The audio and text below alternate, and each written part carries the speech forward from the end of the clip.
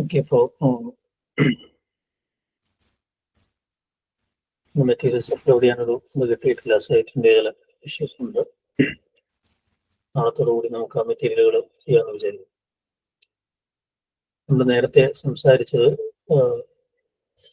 മഹോദയപുരം കേന്ദ്രമാക്കി ഭരിച്ച കുലശേഖര രാജാക്കന്മാർ വരെയുള്ള ഒരു കേരളത്തിന്റെ ഒരു സാംസ്കാരിക ചരിത്രമാണ്. ഒരുപക്ഷെ ആദ്യ തമിഴകത്തിൽ നിന്ന് തുടങ്ങി എങ്ങനെയാണ് കേരളം ഒരു തുറമുഖ സംസ്കാരമായി വികസിച്ചത്, ഇവിടെ വ്യത്യസ്തമായ ജനപദങ്ങളുടെ സങ്കരങ്ങളിലൂടെ, വിവിധ വംശ സങ്കരങ്ങളിലൂടെ കേരളം എന്ന് പറയുന്ന ഒരു ജനത അല്ലെങ്കിൽ കേരളീയത എന്ന് പറയുന്ന ഒരു സംസ്കാരവും കേരളം എന്ന് പറയുന്ന ഒരു ദേശഭാവനയും അതോടൊപ്പം തന്നെ ഒരു കേരളം എന്ന് പറയുന്ന ഒരു സ്ഥലവും എങ്ങനെയാണ് രൂപപ്പെട്ടത് എന്ന് പറയുന്നത് രാഷ്ട്രീയ ചരിത്രമാണ് നമ്മൾ പൊതുവായിട്ട് പറഞ്ഞത്.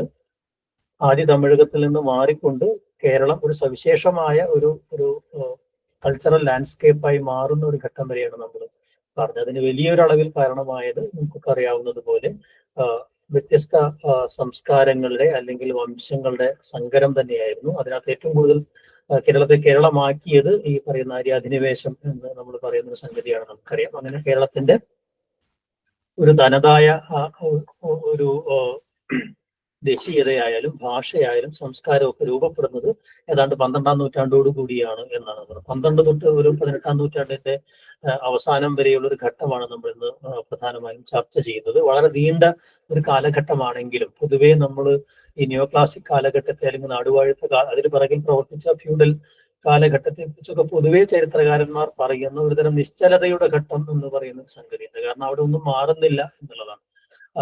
അതായത് മണ്ണുമായിട്ട് ഫ്യൂഡുമായി ഈ പറയുന്ന ലാൻഡുമായിട്ടുള്ള മനുഷ്യരുടെ ബന്ധം, മനുഷ്യർക്കും തമ്മിലുള്ള പരസ്പരം ശ്രേണീകരിക്കപ്പെട്ട ബന്ധം, ഇവയ്ക്കൊന്നും മാറ്റമില്ലാത്ത ജാതീയതയുടെയും ജന്മിത്വത്തിന്റെയും നാടുവാഴിത്തത്തിന്റെയും ഒരു നീണ്ട കാലമാണ്. അത് വളരെ പ്രബലാധികാരം പ്രവർത്തിക്കുന്ന ഒരു കാലം കൂടിയാണ്. സ്റ്റേറ്റ് എന്ന് പറയുന്ന ഒരു സംഗതി പലപ്പോഴും ഒരു തിയോക്രാറ്റിക് സ്വഭാവത്തിനകത്ത് അല്ലെങ്കിൽ ഈ പറയുന്ന ഒരു തരം ദൈവികത അവകാശപ്പെട്ടുകൊണ്ട് അല്ലെങ്കിൽ വിധി പോലുള്ള ചില ആശയങ്ങൾ, നിയതി പോലുള്ള ചില സംഗതികളൊക്കെ വെച്ചുകൊണ്ട് അങ്ങനെ ധർമ്മശാസ്ത്രപരമായ ചില യുക്തികൾ കൊണ്ട് ചില സാമൂഹ്യാധികാര കേന്ദ്രങ്ങളും ശ്രേണീകരണങ്ങളും ഉറപ്പിക്കപ്പെടുകയും മനുഷ്യൻ എന്ന് പറയുന്ന ഒരു സങ്കല്പമൊക്കെ രൂപപ്പെടുന്നതിന് മുമ്പ് ഉള്ള ഒരു ഘട്ടമാണ് എന്ന് നമുക്കറിയാമല്ലേ. അതിന്റെ ഭാഗമായി കേരളത്തിലും ഈ പറയുന്ന ദേവദാസി സമ്പ്രദായം അല്ലെ അത് ഉണ്ടായിരുന്നു എന്ന് നമുക്കറിയാം. സ്ത്രീകൾക്കും പുരുഷന്മാർക്കും ഒരുപോലെ പങ്കാളിത്തം ഉണ്ടായിരുന്നു, പൊതു ഇടങ്ങൾ ഉണ്ടായിരുന്നു നമ്മൾ പറയുന്ന സംഘകാലത്തിൽ നിന്ന് പൊതു ഇടങ്ങളിൽ നിന്നൊക്കെ സ്ത്രീകൾ ക്രമേണ മാറുന്ന ഒരു ഘട്ടം ഉണ്ടാവുന്നുണ്ട് എന്നറിയാം. ആ കാലഘട്ടത്തിൽ തന്നെ ഈ പറയുന്നത് പോലെ സതി പോലുള്ള ആചാരങ്ങളൊക്കെ ഈ പറയുന്ന ദ്രാവിഡ സംസ്കാരത്തിൽ ഉണ്ടായിരുന്നു എന്നതിന്റെ തെളിവാണ് ഈ പുലച്ചിക്കല്ല് പോലുള്ള കല്ലുകൾ എന്ന് നമുക്കറിയാം. അപ്പൊ അതുകൊണ്ട് തന്നെ അന്നും ഈ പറയുന്നത് പോലെ പലരും എഴുതി വെച്ചതുപോലെ ഒരു സ്ത്രീ പുരുഷ അല്ലെങ്കിൽ പുരുഷന്മാരെക്കാൾ സ്ത്രീകൾക്കായിരുന്നു കൂടുതൽ അധികാരം ഉണ്ടായിരുന്നത് എന്നൊക്കെ പറയുന്നത് അങ്ങനെ ഒരു പറച്ചിൽ മാത്രമായിട്ട് നമുക്കതിനെ കാണാൻ കഴിയും. എന്തായാലും ഈ ഒരു പ്രത്യേക കാലഘട്ടത്തിലാണ് ബ്രാഹ്മണി പൗരോഹിത്യം എങ്ങനെയാണ് അദ്വൈതന്റെ അതിന്റെ ഒരു ദർശനം അല്ലെങ്കിൽ അതിന്റെ ഒരു തത്വചിന്താപരമായിട്ടുള്ള ഒരു വിധാനം സൃഷ്ടിച്ചത് യഥാർത്ഥത്തിൽ ശ്രീശങ്കരനാണ് എന്ന് നമുക്കറിയാം. അല്ലെ, അദ്വൈത സിദ്ധാന്തത്തിന്റെ ഒരു സ്ഥാപനത്തോടുകൂടെ അതോടൊപ്പം തന്നെ ജാതി പകുത്തു എന്ന് പറഞ്ഞ ശങ്കരൻ ജാതി പകുത്തു എന്നൊക്കെ പറയുന്ന ആഴ്വാഞ്ചേരി തമ്പ്രാക്കൾ പകുത്തു എന്നൊക്കെ പറയുന്ന രീതിയിൽ 32 64 ഇല്ലങ്ങൾക്ക് അല്ലെങ്കിൽ 64 നമ്പൂതിരി താവഴികൾക്ക് വേണ്ടി കേരളം പതിച്ചു നൽകുന്ന ഒരു പരിശുരാമ കഥയൊക്കെ ഉറപ്പിക്കപ്പെടുകയും അതിന്റെ അടിസ്ഥാനത്തിൽ അവരിൽ നിന്ന് അരിയിട്ട് വാഴ്ചയോ അല്ലെങ്കിൽ അവരുടെ ഈ പറയുന്ന ആശിസ്സോടുകൂടി രാജ്യങ്ങൾ ഭരിക്കുകയും ഈ പറയുന്ന രാജ്യങ്ങളുടെ മുഴുവൻ ഏറ്റവും പ്രഥമവും പ്രധാനവുമായ ഭരണകർത്തവ്യം എന്ന് പറയുന്നത് ബ്രാഹ്മണന്മാരുടെ ക്ഷേമം ഉറപ്പിക്കലാണ് എന്ന് വരുന്നൊരു സംഗതി ഉണ്ടാവുന്നു. യഥാർത്ഥത്തിൽ ഇവിടെ ക്ഷത്രിയർ എന്ന് പറയുന്ന ഒരു പ്രത്യേക വിഭാഗം, നമ്മുടെ ഈ ചാതുർവർണ്ണ്യം കേരളത്തിൽ അങ്ങനെയല്ല പ്രവർത്തിച്ചത് എന്ന് നമുക്കറിയാം. അല്ലെ, ഇവിടെ വൈശ്യർ എന്ന് പറയുന്ന ഒരു വിഭാഗം തന്നെ ഉണ്ടായിരുന്നില്ല.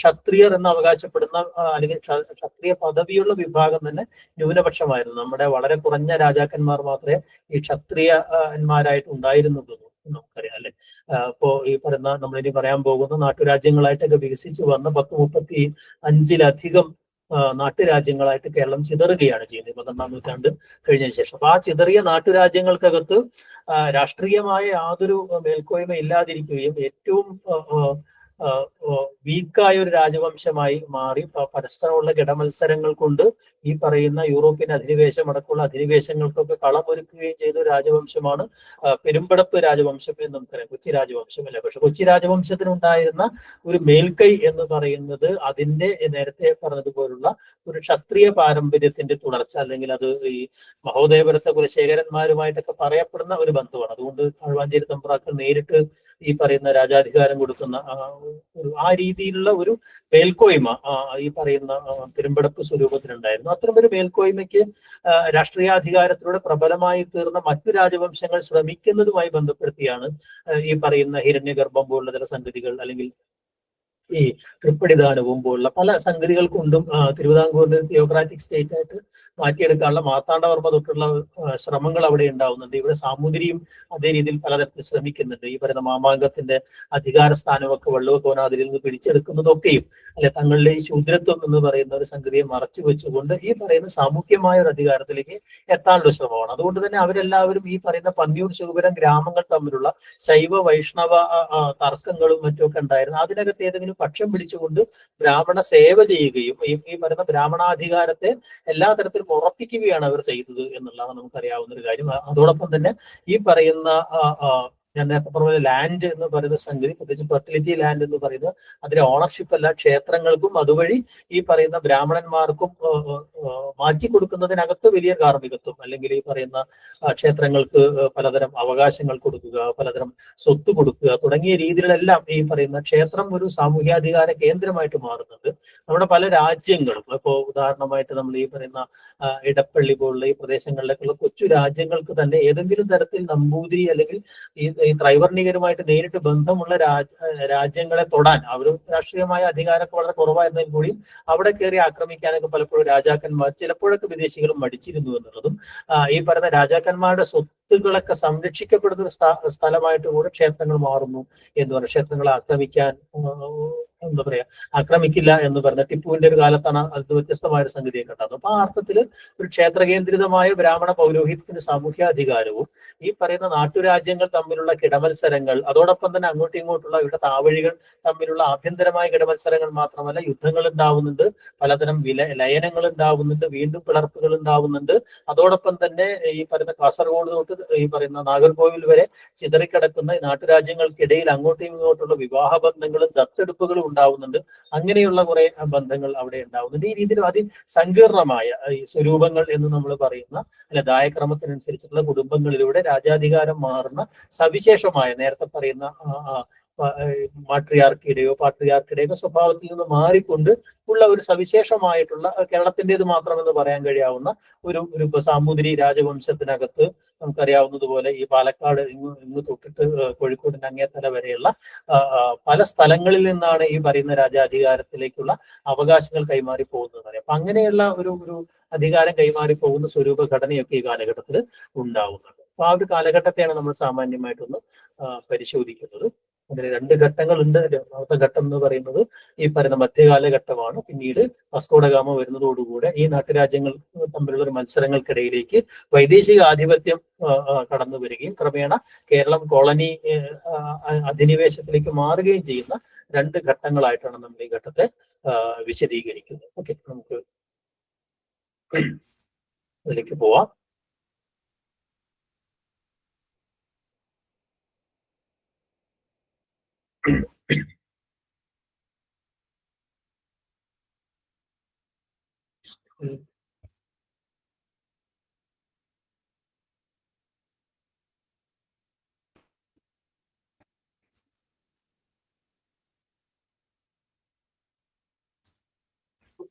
കാണുന്നുണ്ടല്ലോ അല്ലെ? കാണാം പക്ഷെ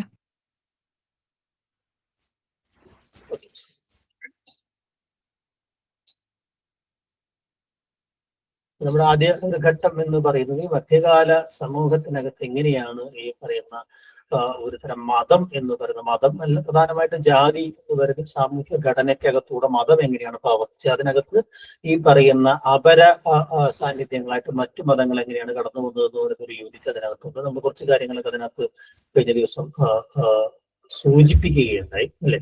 അപ്പൊ ആ ബുദ്ധ ജൈന മതങ്ങളുമായി ബന്ധപ്പെട്ട ചില കാര്യങ്ങളൊക്കെ നമ്മൾ സൂചിപ്പിക്കുകയുണ്ടായി. അതിന്റെ ചില സംഗതികളിലേക്ക് വരാം. ഈ പറഞ്ഞതുപോലെ സംഘകാലത്ത് മതങ്ങൾക്ക് നേരിട്ട് അധികാരവുമായി ബന്ധമുണ്ടായിരുന്നു എന്നുള്ള കാര്യം ഇപ്പോഴും തത്വവിഷയമാണ്.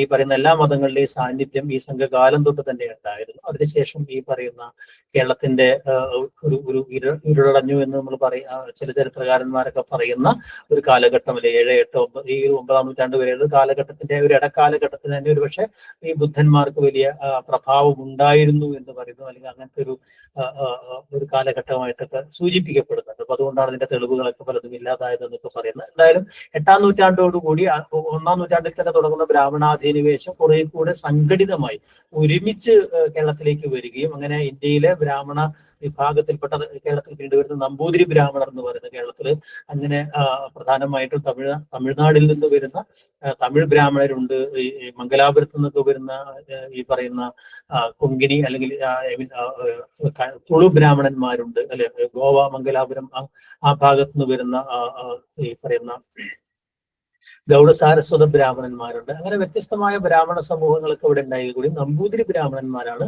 ഇവിടെ ഏറ്റവും പ്രബലരായ അധികാരികളായിട്ട് മാറിയത് എന്നുള്ളതാണ്. അവർക്കകത്ത് തന്നെയും ഉപജാതി അല്ലെങ്കിൽ അത്തരം വ്യത്യാസങ്ങൾ ഉണ്ടായിരുന്നു എന്നുള്ളതും അതിന് യാഗത്തിന് അധികാരം ഉണ്ടായിരുന്ന ഭട്ടത്തിരിമാർക്കാണ് അതിനകത്ത് ഏറ്റവും ഉയർന്ന സ്ഥാനം ഉണ്ടായിരുന്നത് എന്നും അങ്ങനെ യാഗകേന്ദ്രിതമായ ഒരു സംസ്കാരം ഇവിടെ സ്ഥാപിക്കപ്പെട്ടത് വഴിയാണ്. അതോടൊപ്പം തന്നെ നെൽകൃഷിയുമായിട്ട് അവരുടെ ബന്ധവും അല്ലെ, അതുകൊണ്ടാണ് കുഴിനാടിനപ്പുറത്തേക്ക് ഈ നമ്പൂതിരി സെറ്റിൽമെന്റ് കാര്യമായിട്ടില്ല വടകരയ്ക്ക് ശേഷം എന്നൊക്കെ പറയാനുള്ള കാരണം അല്ലെ.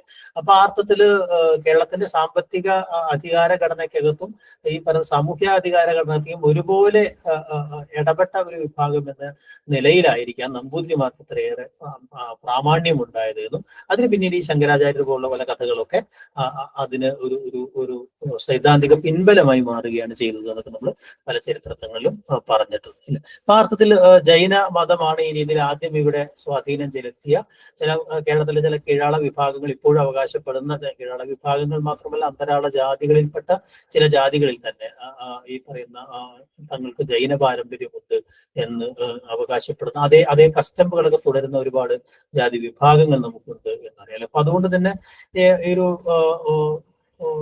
നമുക്ക് കഴിഞ്ഞ ക്ലാസ്സിൽ നമ്മൾ പറഞ്ഞതാണ് ചന്ദ്രഗുപ്ത മൗര്യന്റെ കാലം തൊട്ട് തന്നെ അല്ലെ, അതുപോലെ ആയുർവേദം പോലുള്ള ചില സംഗതികളൊക്കെ കേരളത്തിൽ നിന്നാണ് ഈ പറയുന്ന ചൈനയിലേക്ക് ഈ പറയുന്ന ജൈനമതം പോയത്. അങ്ങനെയൊക്കെയുള്ള ചില വിശ്വാസങ്ങളും കാര്യങ്ങളൊക്കെ ഇവിടെയുണ്ട് അല്ലെ. അതുപോലെ തന്നെ നമ്മുടെ പല കവികളും ഈ പറയുന്നത് പോലെ സംഘകാലത്തിലെ പ്രധാനപ്പെട്ട കവികളൊക്കെ ജൈനരായിരുന്നു എന്ന് പറയുന്ന ഒരു വിശ്വാസമുണ്ട്. അപ്പൊ BC 3-ാം നൂറ്റാണ്ട് തൊട്ട് തന്നെ ഈ പറയുന്ന ഭദ്രബാഹുവിന്റെയൊക്കെ കഥ അല്ലെ, ഇവിടെ നിന്ന് കർണാടകയിലെ ശ്രാവണ ബലഗോള വഴിയാണ് ഇതിന്റെ യാത്ര, മറ്റേ കുടിയേറി ഈ വഴിയാണ് എന്നൊക്കെ പറയുന്ന ചില സംഗതികൾ. അപ്പൊ തമിഴകത്തിലും അതുപോലെ തന്നെ കർണാടകയിലും കേരളത്തിലും ഇതുപോലെ തന്നെ വലിയ അളവിൽ അതുപോലെ സംഘകാല രാജാക്കന്മാരിൽ അവർക്ക് വലിയ സ്വാധീനം ഉണ്ടായിരുന്നു എന്ന് പറഞ്ഞു അല്ലെ. അതുപോലെ തന്നെ ധാരാളം ജൈന മതാവശിഷ്ടങ്ങൾ ഇവിടെ ഉള്ളതിനെ സംബന്ധിച്ച ധാരാളം തെളിവുകളുണ്ട് അല്ലെ. ഇളങ്കോവടികൾ ഒരു ജൈന സന്യാസിയായിരുന്നു എന്ന് പറയുന്ന അല്ലെ. തൊൽക്കാപ്പിയർക്ക് ജൈനരുമായിട്ട് ബന്ധം ഉണ്ടായിരുന്നു എന്ന് ചില പണ്ഡിതന്മാരുടെ വാദം അല്ലെ. അതോടൊപ്പം തന്നെ നമ്മുടെ ഒരു ലിപി സമ്പ്രദായം വികസിപ്പിച്ചെടുക്കുന്നതിനകത്ത് ബ്രാഹ്മി ലിപി പ്രചരിപ്പിക്കുന്നതിനകത്തൊക്കെ ജൈനന്മാർക്ക് വലിയ പങ്കുണ്ടായിരുന്നു എന്നൊക്കെ പറയുന്ന ചില സംഗതികൾ. അതോടൊപ്പം തന്നെ ജൈന ഗുഹകൾ കേരളത്തിൽ ഇപ്പോഴും പല സ്മാരകങ്ങളോ അല്ലെങ്കിൽ ഈ പറയുന്ന ചരിത്രാവശിഷ്ടങ്ങളായി കാണുന്ന പല ജൈന ക്ഷേത്രങ്ങളും ഗുഹകളും അല്ലെ, പിന്നീട് അത് ബ്രാഹ്മണ ക്ഷേത്രങ്ങളായി മാറുന്ന ജൈനമത കേന്ദ്രത്തിന് വലിയ സ്വാധീനം ഇവിടെ ഉണ്ടായിരുന്നു എന്ന് പറയുന്ന അല്ലെ. ഇപ്പൊ സുൽത്താൻ ബത്തേരി പോലുള്ള സ്ഥലങ്ങൾ അല്ലെ, ഗണപതി വട്ടം അല്ലെ, എപ്പോഴും തർക്കം പേര് മാറ്റണം എന്നൊക്കെ പറഞ്ഞ ചില സംഗതികളൊക്കെ വരുന്നല്ലേ. അപ്പൊ അങ്ങനെയുള്ള ജൈന ക്ഷേത്രത്തിന്റെ ജൈന വിഭാഗം തന്നെ വയനാട്ടിൽ ഇപ്പോഴും MP വീരേന്ദ്രകുമാറിന്റെ ഫാമിലി പോലുള്ള ജൈന വിഭാഗം തന്നെ ഇപ്പോഴും അതിന്റെ അവശിഷ്ടങ്ങളായിട്ട് അവിടെ ഉണ്ട് എന്നുള്ളതാണ്. അപ്പോൾ ഈ ജൈന ബസ്തികളായിരുന്നു ഈ വരുന്ന പല ഗണപതി ക്ഷേത്രങ്ങൾ, വയനാട്ടിലൊക്കെ പല ക്ഷേത്രങ്ങൾ എന്ന് പറഞ്ഞ് വിശ്വസിക്കപ്പെടുന്നുണ്ട്. ജൈനിമേടുണ്ട്, ആലത്തൂര് ഇത്തരം ജൈന കേന്ദ്രങ്ങൾ ഉണ്ടായിരുന്നു. പെരുമ്പാവൂരിലെ കല്ലിൽ ക്ഷേത്രത്തെ കുറിച്ച് നമ്മൾ നേരത്തെ പറയേണ്ട എടക്കൽ ഗുഹ നമുക്കറിയാം അല്ലെ. കൂടൽമാണിക്യ ക്ഷേത്രവുമായിട്ട് ബന്ധപ്പെടുത്തിയിട്ടും അങ്ങനെ ചില ഈ പറയുന്ന ഭരതേശ്വരന്റെ ഒരു ജൈന തീർത്ഥങ്കരനായ പരമേശ്വരന്റെ വിഗ്രഹം പ്രതിഷ്ഠിച്ചിട്ടുള്ള സ്ഥലമായിരുന്നു എന്നാണ് വിശ്വാസം. അങ്ങനെ നിരവധി വിശ്വാസങ്ങൾ ഇതിനെ സംബന്ധിച്ചിട്ട്. അപ്പൊ അങ്ങനെ ഒരു ജൈന മതവുമായി ബന്ധപ്പെട്ട ക്ഷേത്രം അല്ലെങ്കിൽ ബന്ധപ്പെട്ട മോണുമെന്റ് എന്താണ് തുടങ്ങിയ ചില ചോദ്യങ്ങളാണ് ആ മേഖലയിൽ നിന്ന് വരിക. എന്തായാലും ഒരു ഈ പറയുന്ന ബ്രാഹ്മണിക് ഇൻവേഷന് ഒരു ആദ്യഘട്ടത്തിൽ തന്നെ ജൈനമതം ഒരു ക്ഷയിക്കുന്നുണ്ട് അല്ലെ. എന്നാൽ ഒരു 16-ാം നൂറ്റാണ്ട് വരെ കേരളത്തിൽ പല പല സ്ഥലങ്ങളിലും അവശിഷ്ട രൂപങ്ങൾ എന്ന രീതിയിൽ ജൈനമതം സജീവമായിരുന്നു എന്ന് തന്നെയാണ് ചരിത്രകാരന്മാർ പറയുന്നത് അല്ലെ.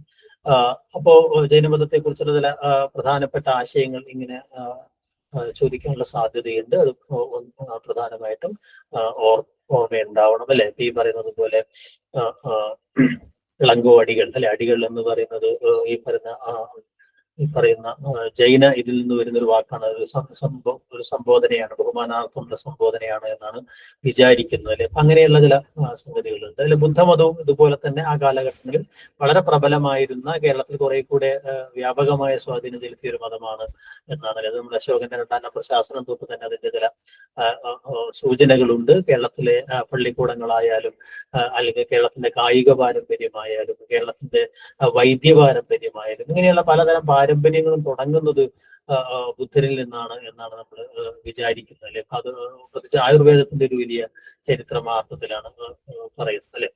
കേരളപുത്രോ എന്ന് പറയുന്ന ആ പരാമർശമൊക്കെ അതിന്റെ ഭാഗമായിട്ട് നമ്മൾ പറയാറുണ്ട്. ശ്രീമൂലവാസത്തെ കുറിച്ച് നമ്മൾ കഴിഞ്ഞ ക്ലാസ്സിൽ പറയണ്ടായി അല്ലെ. ഇപ്പൊ രാജാക്കന്മാർക്ക് അല്ലെങ്കിൽ സംഘകാലത്ത് തന്നെ പല രാജാക്കന്മാരും ഈ ബുദ്ധമതവുമായിട്ട് നേരിട്ട് ബന്ധമുണ്ടായിരുന്നു എന്ന് പറയുന്നത് അല്ലെ. അതോടൊപ്പം തന്നെ പെരുമാടിക്കുട്ടനുമായി ബന്ധപ്പെട്ടല്ലേ മധ്യ കേരളത്തിനകത്ത് ധാരാളം അത്തരം മോണുമെന്റ്സുകളൊക്കെ ഉണ്ട് അല്ലെ. പെരുമാടിക്കുട്ടൻ എന്ന് പറയുന്ന വിഗ്രഹം ബുദ്ധമത പാരമ്പര്യത്തിന്റെ ചില സംഗതികളായിരുന്നു അല്ലെ. നമ്മളിവിടെയൊക്കെയുള്ള ഈ പല എന്താ പറയാ കട്ടിൽമാടം പോലെ ചില സംഗതികളൊക്കെ ഇങ്ങനെയുള്ള ബുദ്ധ-ജൈന മതത്തിന്റെ പാരമ്പര്യത്തിന്റെ ഭാഗമായിരുന്നു എന്നാണ് വിശ്വസിക്കപ്പെടുന്നത്. കൊടുങ്ങല്ലൂരുമായി ബന്ധപ്പെട്ട് അങ്ങനെ വളരെ പ്രബലമായ ഒരു സംഗതിയുണ്ട്. ശാസ്ത സങ്കല്പവും അല്ലെങ്കിൽ ശബരിമലയുമായി ബന്ധപ്പെട്ട് അങ്ങനെയുള്ള പലതരത്തിലുള്ള വിശ്വാസങ്ങളുണ്ട് അല്ലെ. മാവേലിക്കരയുണ്ട്, അതുപോലെ തന്നെ പള്ളിക്കൽ, അങ്ങനെ പള്ളി ചേർന്ന് ധാരാളം സ്ഥലപ്പേരുകൾ ഇവിടെ ഉള്ളത് അല്ലെ. നീലമ്പേരൂർ പോലുള്ള സ്ഥലങ്ങൾ പല സ്ഥലത്തും ഈ പറഞ്ഞ പോലെ ബുദ്ധമതത്തിന്റെ വലിയ സ്വാധീനം ഉണ്ടായിരുന്നു എന്നാണ് പറയുന്നത് അല്ലെ. ഏറ്റവും പ്രധാനമായിട്ടും ഈ പറഞ്ഞ പള്ളിക്കൂടങ്ങളുടെ ഒരു വലിയ പാരമ്പര്യം നമ്മുടെ പലപ്പോഴും ഈ പറയുന്ന നമ്മുടെ പലതരം കണക്കുകളോ അല്ലെങ്കിൽ അങ്ങനെയുള്ള ഈ വൈജ്ഞാനിക പാരമ്പര്യത്തിനകത്ത് പലപ്പോഴും നമ്മൾ ഉപയോഗിക്കുന്ന പലതരം സൂചകങ്ങളൊക്കെ അതിൽ നിന്നാണ് വന്നത് എന്ന് പറയുന്ന ഒരു കാര്യം അല്ലെ.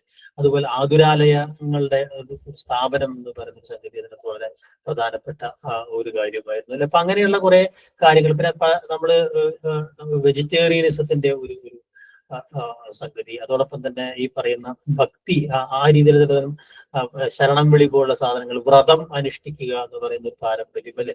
അങ്ങനെയുള്ള പല സംഗതികളും. പക്ഷെ പിന്നീട് ഉണ്ടാവുന്ന ഒരു ഭക്തി മൂവ്മെന്റിന്റെ ഭാഗമായിട്ടാണ് വലിയ അളവിൽ ഈ പറയുന്ന ബുദ്ധമതത്തിന്റെ സ്വാധീനം കുറഞ്ഞു വരുന്നത് എന്നും ആദിശങ്കരന്റെ ഈ ഒരു വലിയ പടയോട്ടത്തിനകത്ത് അദ്ദേഹം കൂടുതലായിട്ട് തോൽപ്പിക്കുന്നത് ബൗദ്ധ സന്യാസിമാരെയായിരുന്നു എന്നും അങ്ങനെ ബുദ്ധമതത്തിന്റെ പ്രത്യേകിച്ച് യാന്ത്രിക ബുദ്ധമതത്തിലേക്കൊക്കെ മാറിയ സാഹചര്യത്തിൽ ബുദ്ധമതം ക്രമേണ ക്ഷയിച്ചു പോവുകയാണ് ചെയ്തത് എന്നൊക്കെ പറയുന്ന സംഗതിയില് ഈഴവ സമുദായവും ബുദ്ധമതവും തമ്മിലുള്ള ഒരു ബന്ധത്തെ കുറിച്ച് ധാരാളം പഠനങ്ങൾ നടന്നിട്ടുണ്ട് അല്ലെ. അതുകൊണ്ടാണ് ഈ പറഞ്ഞ ഈഴവന്മാർ SNDP ഒരു വളർച്ചയുടെ കാലത്ത് തന്നെ ഈഴവന്മാർ ബുദ്ധമതത്തിലേക്ക് മാറണം തുടങ്ങിയ ആശയങ്ങൾ അതിനകത്ത് തന്നെ ഉണ്ടാവുന്നതൊക്കെ അതിന്റെ ഒരു പശ്ചാത്തലത്തിലാണ്. അതുപോലെ തന്നെ ഈഴത്തുനാടുമായിട്ട് സിലോണുമായിട്ട് ഈ പറയുന്ന ബന്ധം അല്ലെ ശ്രീനാളഗുരു തന്നെ അത്തരം ബന്ധത്തിൽ നിലനിർത്തിയതായിട്ട് നിങ്ങൾക്കറിയാം. അപ്പൊ അങ്ങനെയുള്ള ബുദ്ധമതത്തിന് വലിയ സ്വാധീനം കേരളത്തിൽ ഉണ്ടായിരുന്നു. ശ്രീമൂലവാസത്തെ കുറിച്ച് നമ്മൾ കഴിഞ്ഞ ക്ലാസ്സിൽ പറഞ്ഞ ഒരു കാര്യമാണ് അല്ലെ. പാലിയം ചെപ്പേട് അല്ലെ ശ്രീമൂലവാസവുമായി ബന്ധപ്പെട്ട ഒരു പ്രധാനപ്പെട്ട സംഗതിയാണ്. പാലിയം ചെപ്പേട് മുഷിക വംശത്തിനകത്ത് അതിനകത്തുള്ള പരാമർശമുള്ളത് അല്ലെ. അത്തരം ചില കാര്യങ്ങൾ ശ്രീമൂലവാസവുമായി ബന്ധപ്പെട്ട് ചോദിക്കാനുള്ള സാധ്യതയുണ്ട് അല്ലെ. ബുദ്ധജൈന മതങ്ങളുടെ ഈ പറയുന്ന തകർച്ചയ്ക്ക് പല കാരണങ്ങൾ പറയുന്നുണ്ട് അല്ലെ. പ്രധാനമായിട്ടും നമ്മുടെ പല ഉച്ചകടികൾ പോലും പലതരം നാടകങ്ങൾക്കകത്ത് പോലും ഈ ബുദ്ധമത തത്വങ്ങളെയൊക്കെ തോൽപ്പിക്കുകയും അല്ലെങ്കിൽ അവരുടെ ധാർമ്മികമായ അധപ്പതനം ചിത്രീകരിക്കുകയൊക്കെ ചെയ്യുന്ന ധാരാളം കൃതികൾ ആ കാലഘട്ടത്തിൽ ഉണ്ടാവുന്നുണ്ട് എന്ന് നമുക്കറിയാം. അപ്പൊ അതുകൊണ്ട് തന്നെ ബുദ്ധമതം ക്രമേണ പലതരത്തിൽ ഉള്ള കാരണങ്ങൾ കൊണ്ട് അത് ക്ഷയിക്കുകയാണ് ചെയ്യുന്നത് എന്നാണ് അല്ലെ. അപ്പോ ബുദ്ധ-ജൈന മതങ്ങൾക്ക് നമ്മുടെ കേരളത്തിലെ സംഭാവനകൾ എന്തൊക്കെയാണെന്ന് പറയുന്ന പല ഈ പറയുന്ന ഇരിഞ്ഞാലക്കുട ഭരതക്ഷേത്രമായാലും തൃക്കണ്ണാമതിലകമായാലും ശ്രീമൂലവാസമായാലും അല്ലെ, ഇങ്ങനെയുള്ള ചില അല്ലെങ്കിൽ പെരുമാടിക്കുട്ടനായാലും അങ്ങനെയുള്ള ചില ചോദ്യങ്ങളാണ് പ്രധാനമായിട്ടും വരിക. ഓക്കെ. ഹിന്ദുമതം ശക്തമാകുന്ന ഒരു ഘട്ടം ഈ പറയുന്ന എട്ടാം നൂറ്റാണ്ടിന്റെ എട്ടാം നൂറ്റാണ്ടിലും 9-ാം നൂറ്റാണ്ടിലുമായിട്ട് ക്രമേണ ഹിന്ദുമതം വളരെ ശക്തമാവും. അത് ഒരു ബ്രാഹ്മണ പൗരോഹിത്യത്തിന് കീഴിലുള്ള ഒരു സംഘടിത ഹിന്ദു മതമായി മാറുകയും ചെയ്യുന്ന ജാതി കേന്ദ്രിതമായിട്ടുള്ള 64 ജാതികളൊക്കെ ഈ പറഞ്ഞ പോലെ അങ്ങനെ തരംതിരിച്ചുകൊണ്ടുള്ള ശ്രേണീകരിക്കപ്പെട്ട ജാതി വ്യവസ്ഥയോട് കൂടിയുള്ള ഒരു മതസ്ഥാപനമായി മാറുന്ന ഒരു ഘട്ടം അവിടെ ഉണ്ടാകുന്നത്. അതോടൊപ്പം തന്നെ ക്ഷേത്ര കേന്ദ്രിതമായിട്ടുള്ള ഒരു സാമൂഹ്യ ജീവിതവും സംസ്കാരവും ഇവിടെ രൂപപ്പെടുന്നുണ്ട് എന്നുള്ളതും ഇതൊക്കെ ഈ ഒരു കാലഘട്ടത്തിൽ ഉണ്ടാവുന്ന വളരെ പ്രധാനപ്പെട്ട സംഗതിയാണ്. അതോടൊപ്പം തന്നെ തൊട്ടുകൂടായ്മയും തിണ്ടിക്കൂടായ്മയും അടക്കമുള്ള കേരളത്തിൻ്റെത് മാത്രമായ പലതരം പ്രാക്ടീസസുകൾ ഇവിടെ വികസിക്കുന്നത് ഈ കാലഘട്ടത്തിലാണ്. ജാതി ജന്മി നാടുവാഴിത്വം എന്ന് പറയുന്ന അലൈമസ് ഒക്കെ പറയുന്ന സവിശേഷമായ ഒരു സാമൂഹ്യ സാമ്പത്തിക അവസ്ഥയിലേക്ക് എത്തുന്നതിന്റെ ഒരു ഘട്ടമാണ് ഈ പറയുന്ന ഘട്ടം. അതിനകത്ത് ഒരു പ്രധാനപ്പെട്ട നേതൃത്വം കൊടുത്തയാൾ എന്താ പറയാ ദാർശനികമായ നേതൃത്വം കൊടുത്തയാൾ എന്നുള്ള രീതിയിലാണ് ശങ്കരാചാര്യർ പ്രധാനമായിട്ടും. അദ്ദേഹത്തിന്റെ അദ്വൈത സിദ്ധാന്തം എന്ന് പറയുന്ന ഒരു സാധനം അതിനകത്ത് അതുവരെ ഉണ്ടായിരുന്ന ബുദ്ധമതത്തിലെ ശൂന്യവാദത്തെയും അതുപോലെ തന്നെ പല സംഗതികളെയും എതിർത്ത് തോൽപ്പിച്ചുകൊണ്ട് അനേകാന്തവാദങ്ങളേക്ക് ജൈനമതത്തിൻ്റെതാണ് അതിനെയൊക്കെ എതിർത്ത് തോൽപ്പിച്ചുകൊണ്ടാണ് അദ്ദേഹം ഈ പറയുന്ന അദ്വൈത വേദാന്തം എന്ന് പറഞ്ഞ സാധനത്തെ അദ്ദേഹം ഉറപ്പിക്കുകയും ഇന്ത്യയുടെ 4 പ്രധാന സ്ഥലങ്ങൾക്കകത്ത് 4 മേഖലകളിലായിട്ട് അദ്ദേഹം ഈ പറയുന്നത് പോലെ അത് ഈ ശങ്കര പീഠങ്ങൾ സ്ഥാപിക്കുകയൊക്കെ ചെയ്യുന്നത് എന്ന് നമുക്കറിയാം. അങ്ങനെ ഭക്തി പ്രസ്ഥാനത്തിന് ഒരു വൈദികമായ അടിത്തറ ഉണ്ടാക്കിയെടുക്കുകയും അതുവരെ ഉണ്ടായിരുന്ന പലതരം സിദ്ധാന്തങ്ങളെയൊക്കെ ഒരൊറ്റ സിദ്ധാന്തത്തിലേക്ക് സമന്വയിപ്പിച്ചുകൊണ്ട് അതിനൊരു തിയോക്രാറ്റിക് ആയിട്ടുള്ള ഒരു അവസ്ഥയ്ക്ക് ആവശ്യമായ ടെക്സ്റ്റ് ഉണ്ടാക്കിയെടുത്തു എന്നുള്ളതാണ് ഏറ്റവും പ്രധാനപ്പെട്ട. അത് ഡയലോഗിലൂടെ സാധ്യമാക്കിയെടുത്തു എന്നുള്ള ശങ്കരന്റെ ഏറ്റവും വലിയ കോൺട്രിബ്യൂഷൻ ആയിട്ട് പറയുന്നു. ഓക്കെ, ഇപ്പൊ ശങ്കരാചാര്യരുമായി ബന്ധപ്പെട്ട ചില ചോദ്യങ്ങൾ, അദ്ദേഹത്തിന്റെ ചില പ്രധാന കൃതികൾ, അങ്ങനെയുള്ള ചില സംഗതികൾ പ്രധാനമായിട്ടും നമ്മൾ ചോദിക്കുക. കേരളവുമായി ബന്ധപ്പെട്ട ചില ചോദ്യങ്ങളായതുകൊണ്ട് മറ്റു സംഗതികളായതുകൊണ്ട് അത്തരം ചോദ്യങ്ങൾ പൊതുവെ കേരള സംസ്കാരത്തിൽ നമുക്ക് പൊതുവായിട്ട് ചോദിക്കാറുണ്ട് അദ്ദേഹം സ്ഥാപിച്ച 4 മഠങ്ങളെ സംബന്ധിച്ചുള്ള ചോദ്യങ്ങൾ. വടക്ക് ബദ്രിനാഥിൽ ജ്യോതിർമഠം എന്ന് പറയുന്നത്, ദ്വാരകയിൽ ദ്വാരകാ പീഠമുണ്ട്, പുരിയിൽ ഗോവർദ്ധന മഠമുണ്ട്, ഇവിടെയാണെങ്കിൽ ശൃംഗേരി മഠം, കർണാടകയിലാണെങ്കിൽ ഈ പറഞ്ഞ പോലെ ശാരദാപീഠം പോലുള്ള സ്ഥലങ്ങൾ. അദ്ദേഹത്തിന്റെ പ്രധാനപ്പെട്ട കൃതികളെ സംബന്ധിച്ച ചോദ്യങ്ങൾ, സൗന്ദര്യ ലഹരിയുമായി ബന്ധപ്പെട്ട ചോദ്യങ്ങളൊക്കെയാണ് പ്രധാനമായിട്ടും ഉണ്ടാവുക അതിന്റെ ഭാഗമായിട്ട് തന്നെയുള്ള ഒരു സംഗതിയാണ് ഈ പറയുന്ന വേദപഠനശാലകൾ അല്ലെങ്കിൽ മതപഠനശാലകളുടെ ഒരു സ്ഥാപനവും അതിന്റെ ഭാഗമായിട്ട് വരുന്നുണ്ട് എന്നുള്ളത്. വേദാധ്യായത്തിലുള്ള ശാലകൾ അത് ഈ കാന്തൂർശാല, കലമറുപ്പ് പോലുള്ള പരാമർശങ്ങൾക്കകത്തൊക്കെ വളരെ പ്രധാനപ്പെട്ട സംഗതിയാണെന്നല്ലേ. അപ്പൊ 9-12 നൂറ്റാണ്ടുകളിൽ പ്രധാനമായിട്ടും ഇത്തരം ഈ ഒരു ശാലകൾ, അതായത് ഈ പറയുന്ന പലതരം വേദം, വ്യാകരണം, തത്വചിന്ത തുടങ്ങിയ കാര്യങ്ങൾ, ആയുധവിദ്യ അടക്കമുള്ള കാര്യങ്ങൾ പഠിപ്പിക്കുന്ന അത് ബുദ്ധമതത്തിന്റെ സ്വാധീന പ്രകാരമാണ് ഈ ശാലകൾ ഉണ്ടാവുന്നത് എന്നാണ് പൊതുവെ ചരിത്രകാരന്മാർ പറയുന്നത് അങ്ങനെയാണ് ഈ ചട്ടന്മാരെന്ന് പറയുന്ന, ചട്ടം എന്നൊക്കെ പറയുന്ന ഒരു സംഗതി ഈ വിദ്യാർത്ഥികൾ അവിടെ ചേരുകയും വേദപഠനം പൂർത്തിയാക്കി പുറത്തു വരികയും ചെയ്യുന്ന ഒരു പാരമ്പര്യമൊക്കെ ഇപ്പോഴും വേദമഠ പാരമ്പര്യം, കടവല്ലൂർ അന്യൂനൊക്കെ അതിന്റെ തുടർച്ചയിൽ വരുന്ന സംഗതിയാണ്. ഇത് തൃശ്ശൂരിൽ ഈ പറയുന്ന വേദപഠനശാലയൊക്കെ അതിന്റെ തുടർച്ചയായിട്ട് നമുക്ക് പറയാൻ പറ്റും. അപ്പൊ അങ്ങനെയുള്ള കുറെ പ്രധാനപ്പെട്ട ശാലകൾ ഇവിടെ ഉണ്ടാവുന്നുണ്ട്. ഇപ്പൊ ദക്ഷിണ നളന്ദ എന്നറിയപ്പെടുന്ന കാന്തളൂർ ശാലയായാലും കാന്തളൂർ ശാലയുമായി ബന്ധപ്പെട്ട് ഈ കാന്തളൂർ കലമറുപ്പ് എന്ന് പറയുന്ന ഒരു സംഗതിയിലെ രാജരാജ ചോളൻ 1-ാമന്റെ കാലഘട്ടത്തിൽ അതൊക്കെ വളരെ പ്രധാനപ്പെട്ടുള്ള ചരിത്ര സംഭവങ്ങളായി നമ്മൾ പറയാറുണ്ട് ഇപ്പൊ കാന്തളൂർ ശാല എവിടെയാണ് എന്ന് നമുക്ക് അറിഞ്ഞൂടെ. ഏറ്റവും പ്രധാനപ്പെട്ട ശാലയായിട്ടാണ് അത് പറയുന്നത് അത് ആയിരാജാക്കന്മാരുടെ അധീനതയിലായിരുന്നു എന്നാണ് വിചാരിക്കപ്പെടുന്നത്. തിരുവിതാംകൂറിൽ ആവാം, അല്ലെങ്കിൽ തിരുവനന്തപുരത്ത് വലിയ ശാലയാണോ എന്നോ, അല്ലെങ്കിൽ വലിയ ശാലയ്ക്ക് സമീപത്തോ അല്ലെങ്കിൽ വിഴിഞ്ഞത്തിനടുത്തോ ആകാമെന്നൊക്കെയാണ് വിചാരിക്കുന്നത് അപ്പൊ അത് അവിടെ ആയോധന കലയ്ക്ക് വലിയ പ്രാധാന്യം നൽകിയിരുന്നു എന്നാണ്. അതുകൊണ്ട് തന്നെ സൈനിക പരിശീലന കേന്ദ്രമായതുകൊണ്ടായിരിക്കാം ഈ രാജരാജ ചോളനും അതുപോലെ രാജേന്ദ്ര ചോളനും ഒക്കെ തങ്ങളുടെ പടയോട്ട കാലത്ത്, ഈ ചേരചോള യുദ്ധകാലത്ത് കാന്തളൂർ ശാല ഒരു പ്രധാനപ്പെട്ട ലക്ഷ്യസ്ഥാനമായിട്ട് അവർ നിരന്തരം ആക്രമിച്ചതായിട്ട് അവിടുത്തെ രേഖകളിൽ ഈ കാണുന്നത് എന്നുള്ളതാണ്. അപ്പൊ സൈനികമായൊരു പ്രാധാന്യം കൊണ്ടായിരിക്കും. ഇത് കൂടാതെയും വേറെ ശാലകൾ, പാർത്ഥിവപുരം ശാല, അപ്പൊ അങ്ങനെയുള്ള ചില ശാലകളെ കുറിച്ചുള്ള ചില ചോദ്യങ്ങൾ വരാനുള്ള സാധ്യതയുണ്ട്. ഇപ്പൊ കരുനന്തടക്കൻ കന്യാകുമാരി ജില്ലയിലെ മറ്റേ പാർത്ഥിവപുരം ശാല, അദ്ദേഹവുമായി ബന്ധപ്പെട്ട് അതാണ് പാർത്ഥിവപുരം ശാല എന്ന് പറയുന്നത് അപ്പൊ അതുകൊണ്ട് തന്നെ എന്താ പറയാ അവർക്ക് ഈ പറയുന്ന ചട്ടന്മാർക്ക് വേണ്ട സൗകര്യങ്ങളൊക്കെ ചെയ്തു കൊടുത്തു എന്നൊക്കെ പറയുന്ന ചില പരാമർശങ്ങൾ. മറ്റൊന്ന് മൂഴിക്കുളം കച്ചുമായി ബന്ധപ്പെട്ട നമ്മുടെ പല ശിക്ഷണ രീതികളൊക്കെ ബന്ധപ്പെട്ടാണ് മൂഴിക്കുളം ശാല എന്ന് പറയുന്നത് വളരെ പ്രസിദ്ധമാണ്. എറണാകുളത്തിനടുത്തുള്ള മൂഴിക്കുളത്ത് സ്ഥിതി ചെയ്യുന്ന ഒരു നിയമനിർമ്മാണ കേന്ദ്രം എന്ന രീതിയിലാണ് മൂഴിക്കുളം ശാല അപ്പൊ അതുമായി ബന്ധപ്പെട്ട് അവിടെ ഉണ്ടാവുന്ന ചട്ടങ്ങൾ കേരളത്തിൽ പൊതുവെ അന്നത്തെ സാമൂഹ്യ അന്തരീക്ഷത്തിനകത്ത് ഈ മൂഴിക്കുളം കച്ചും അല്ലെങ്കിൽ ഈ പറയുന്ന ചട്ടങ്ങൾ വളരെ പ്രധാനമായിരുന്നു എന്നല്ലേ. പിന്നെ അതുകൂടാതെ തന്നെ തലക്കുളം ശാല, കരകണ്ടി ഈശ്വരം ശാല എന്നൊക്കെ പറയുന്ന നിരവധി ശാലകൾ ആ കാലഘട്ടത്തിൽ ഉണ്ടായിരുന്നു എന്നുള്ളത്. ശാലകളുമായി ബന്ധപ്പെട്ട ഒന്ന് രണ്ട് ചോദ്യങ്ങളൊക്കെ നമ്മൾ ഒന്ന് നോക്കി വെക്കുന്നത് നന്നായിരിക്കും അല്ലെ. പിന്നെ അതുമായി ബന്ധപ്പെട്ട് വരുന്ന ക്ഷേത്ര സംസ്കാരം, കൂത്ത്, കൂടിയാട്ടം, പാഠകം എന്നൊക്കെ പറയുന്ന പലതരം കലാരൂപങ്ങൾ പലതരം പിന്നീട് തുള്ളൽ വരെ എത്തുന്ന നമ്മുടെ ക്ഷേത്രകലകളുടെ ഒരു പാരമ്പര്യമൊക്കെ നിങ്ങൾ അതിന്റെ ഭാഗമായിട്ടൊന്ന് ഓടിച്ച് നോക്കണം. അത് പിന്നീട് നമുക്ക് വളരെ വിശദമായിട്ട് പിന്നീട് അത് ചർച്ച ചെയ്യാവുന്നതാണ്. എന്തായാലും ഈ ക്ഷേത്ര സംസ്കാരവുമായി ബന്ധപ്പെടുത്തിയിട്ട് ഈ പറയുന്ന ത്രൈവർണികരുടേതായ ഒരു കലാസ്വാദന കേന്ദ്രങ്ങൾ നിലയിലാണ് ഇവിടെ കൂത്ത് മാടങ്ങളും മറ്റു സംഗതികളൊക്കെ കുത്തമ്പലങ്ങളും മറ്റുമൊക്കെ ഉണ്ടാവുന്നത് അല്ലെ. അവിടെയൊക്കെ ഈ സംസ്കൃത കേന്ദ്രിതമായിട്ടുള്ള ഈ പുരാണ കഥാവതരണ സമ്പ്രദായം, അതിനായിട്ട് ചില പ്രത്യേക ജാതികൾ, ചാക്യാന്മാർ എന്ന് പറയുന്ന വിഭാഗം പ്രധാനമായി വരുന്നു, പിന്നെ നവ്യാന്മാർ വരുന്നു അല്ലെ. അപ്പൊ അങ്ങനെയുള്ള അവിടെ അപ്പൊ അതുമായി ബന്ധപ്പെട്ട് തോലൻ എന്ന് പറയുന്ന തോലനുമായി ബന്ധപ്പെട്ട് നടത്തിയ പരിഷ്കരണങ്ങൾ, അങ്ങനെയുള്ള കുറെ കാര്യങ്ങളൊക്കെ നിങ്ങൾക്ക് അവിടെ ഓർമ്മയുണ്ടാവണം. അതോടൊപ്പം തന്നെ പലതരം ഗെയിമുകൾ, പരീക്ഷകൾ അത്തരം കുറെ കാര്യങ്ങൾ. കടവല്ലൂർ അന്യോന്യം അതിന്റെ ഭാഗമായിട്ട് ഋഗ്വേദ വൈദഗ്ധ്യം പരീക്ഷിക്കുന്ന രണ്ട് വിഭാഗങ്ങളായി നിന്നുകൊണ്ട് അതിന്റെ ഉറപ്പുകളൊക്കെ ചൊല്ലി തർക്കിക്കുന്ന കടവല്ലൂർ അന്യോന്യം പോലുള്ള കാര്യങ്ങൾ ഈ പറയുന്ന വേദപഠനശാലകൾക്കൊപ്പം തന്നെ പ്രധാനപ്പെട്ട അങ്ങനെ ഒരു ബ്രാഹ്മണ പൗരോഹിത്യത്തിന്റെ ഒരു എന്താ പറയാ വൈജ്ഞാനിക പാരമ്പര്യത്തെ അല്ലെങ്കിൽ വൈജ്ഞാനികമായിട്ടുള്ള ഒരു അവസ്ഥയെ ഉറപ്പിച്ചെടുക്കുന്നതിനുള്ള നിരവധിയായിട്ടുള്ള സ്ഥാപനങ്ങൾ ഇവിടെ രൂപീകരണവും അതിന്റെ സംരക്ഷണവും ഇവിടുത്തെ രാജാക്കന്മാരുടെ നേതൃത്വത്തിലായിരുന്നു എന്നുള്ളതാണ് ഏറ്റവും പ്രധാനപ്പെട്ട ഒരു കാര്യം അല്ലെ.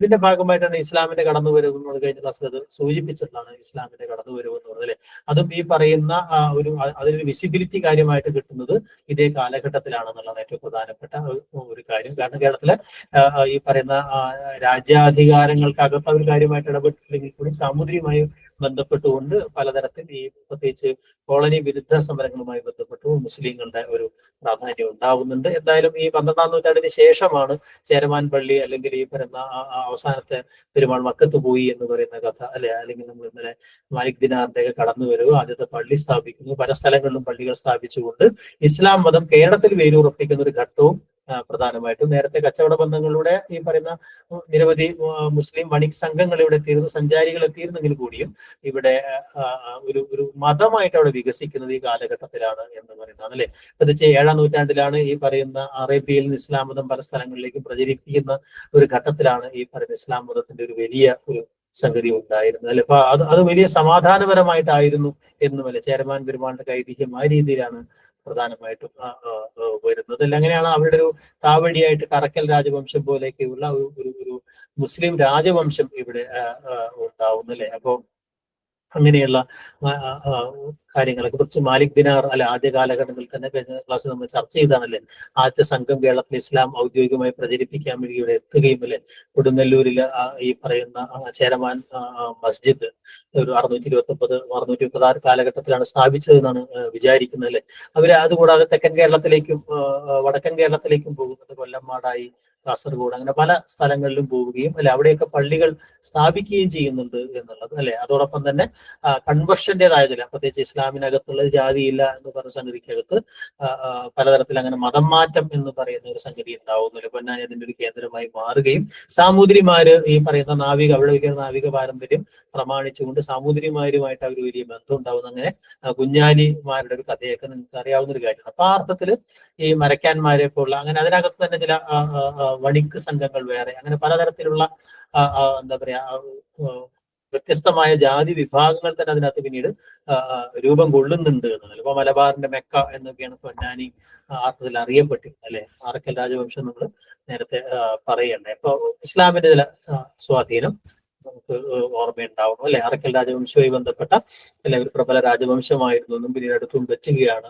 ബ്രിട്ടീഷുകാരിൽ നിന്ന് അടുത്തും വെറ്റുന്നത് വരെ പ്രബല രാജവംശമായിട്ട് ഇവിടെ ഉണ്ടായിരുന്നു എന്നല്ലേ. അത് ഈ ചേരമാൻ പെരുമാളിന്റെ അനുയായികളിൽ അല്ലെ ഈ പറയുന്ന ഇസ്ലാമിലേക്ക് അദ്ദേഹത്തിന്റെ ഒരു സഹോദരി ക്ഷണിക്കപ്പെട്ട് അല്ലെ, അങ്ങനെ അതിന്റെ ഒരു തുടർച്ചയിലാണ് അറക്കൽ രാജവംശം ഉണ്ടായത് എന്നാണ് പറയുന്നത് അല്ലെ. അവിടെ ആണുങ്ങൾ ഭരിക്കുമ്പോൾ അലിരാജ എന്ന് പറയും അല്ലെ, സ്ത്രീകൾ ഭരിക്കുമ്പോൾ അറക്കൽ ബീവി എന്നും പറയും എന്നറിയാം അല്ലെ. അപ്പൊ അതുകൊണ്ട് തന്നെ അവര് പിന്നീട് ഉണ്ടാവുന്ന വടക്കൻ കേരളത്തിലെ പലതരം വൈദേശിക ആധിപത്യങ്ങൾ അല്ലെങ്കിൽ കിടമത്സരങ്ങൾ, അപ്പൊ കോലത്തിരിയുമായിട്ടും മറ്റുമൊക്കെയുള്ള സംഘർഷങ്ങളും അല്ലെങ്കിൽ സമരസപ്പെടലുകൾ അല്ലെ, അങ്ങനെയുള്ള കുറെ കാര്യങ്ങൾ അവിടെ സംഭവിക്കുന്നുണ്ട്. ഡച്ചുകാരും അതുപോലെ തന്നെ ഈ പറയുന്ന എന്താ പറയുക പോർച്ചുഗീസുകാർ, ഡച്ചുകാർ അല്ലെ, ബ്രിട്ടീഷുകാർ അല്ലെ, അങ്ങനെയുള്ള പല അധിനിവേശ ശക്തികളുമായിട്ട് പലതരം ഉടമ്പടികളിൽ എത്തുന്നു, സമരങ്ങളിൽ ഏർപ്പെടുന്നു. അങ്ങനെ നിലനിന്നു പോയ ഒരു രാജവംശമായിട്ടാണ് അറക്കൽ രാജവംശം നമ്മൾ ഓർക്കേണ്ടത്.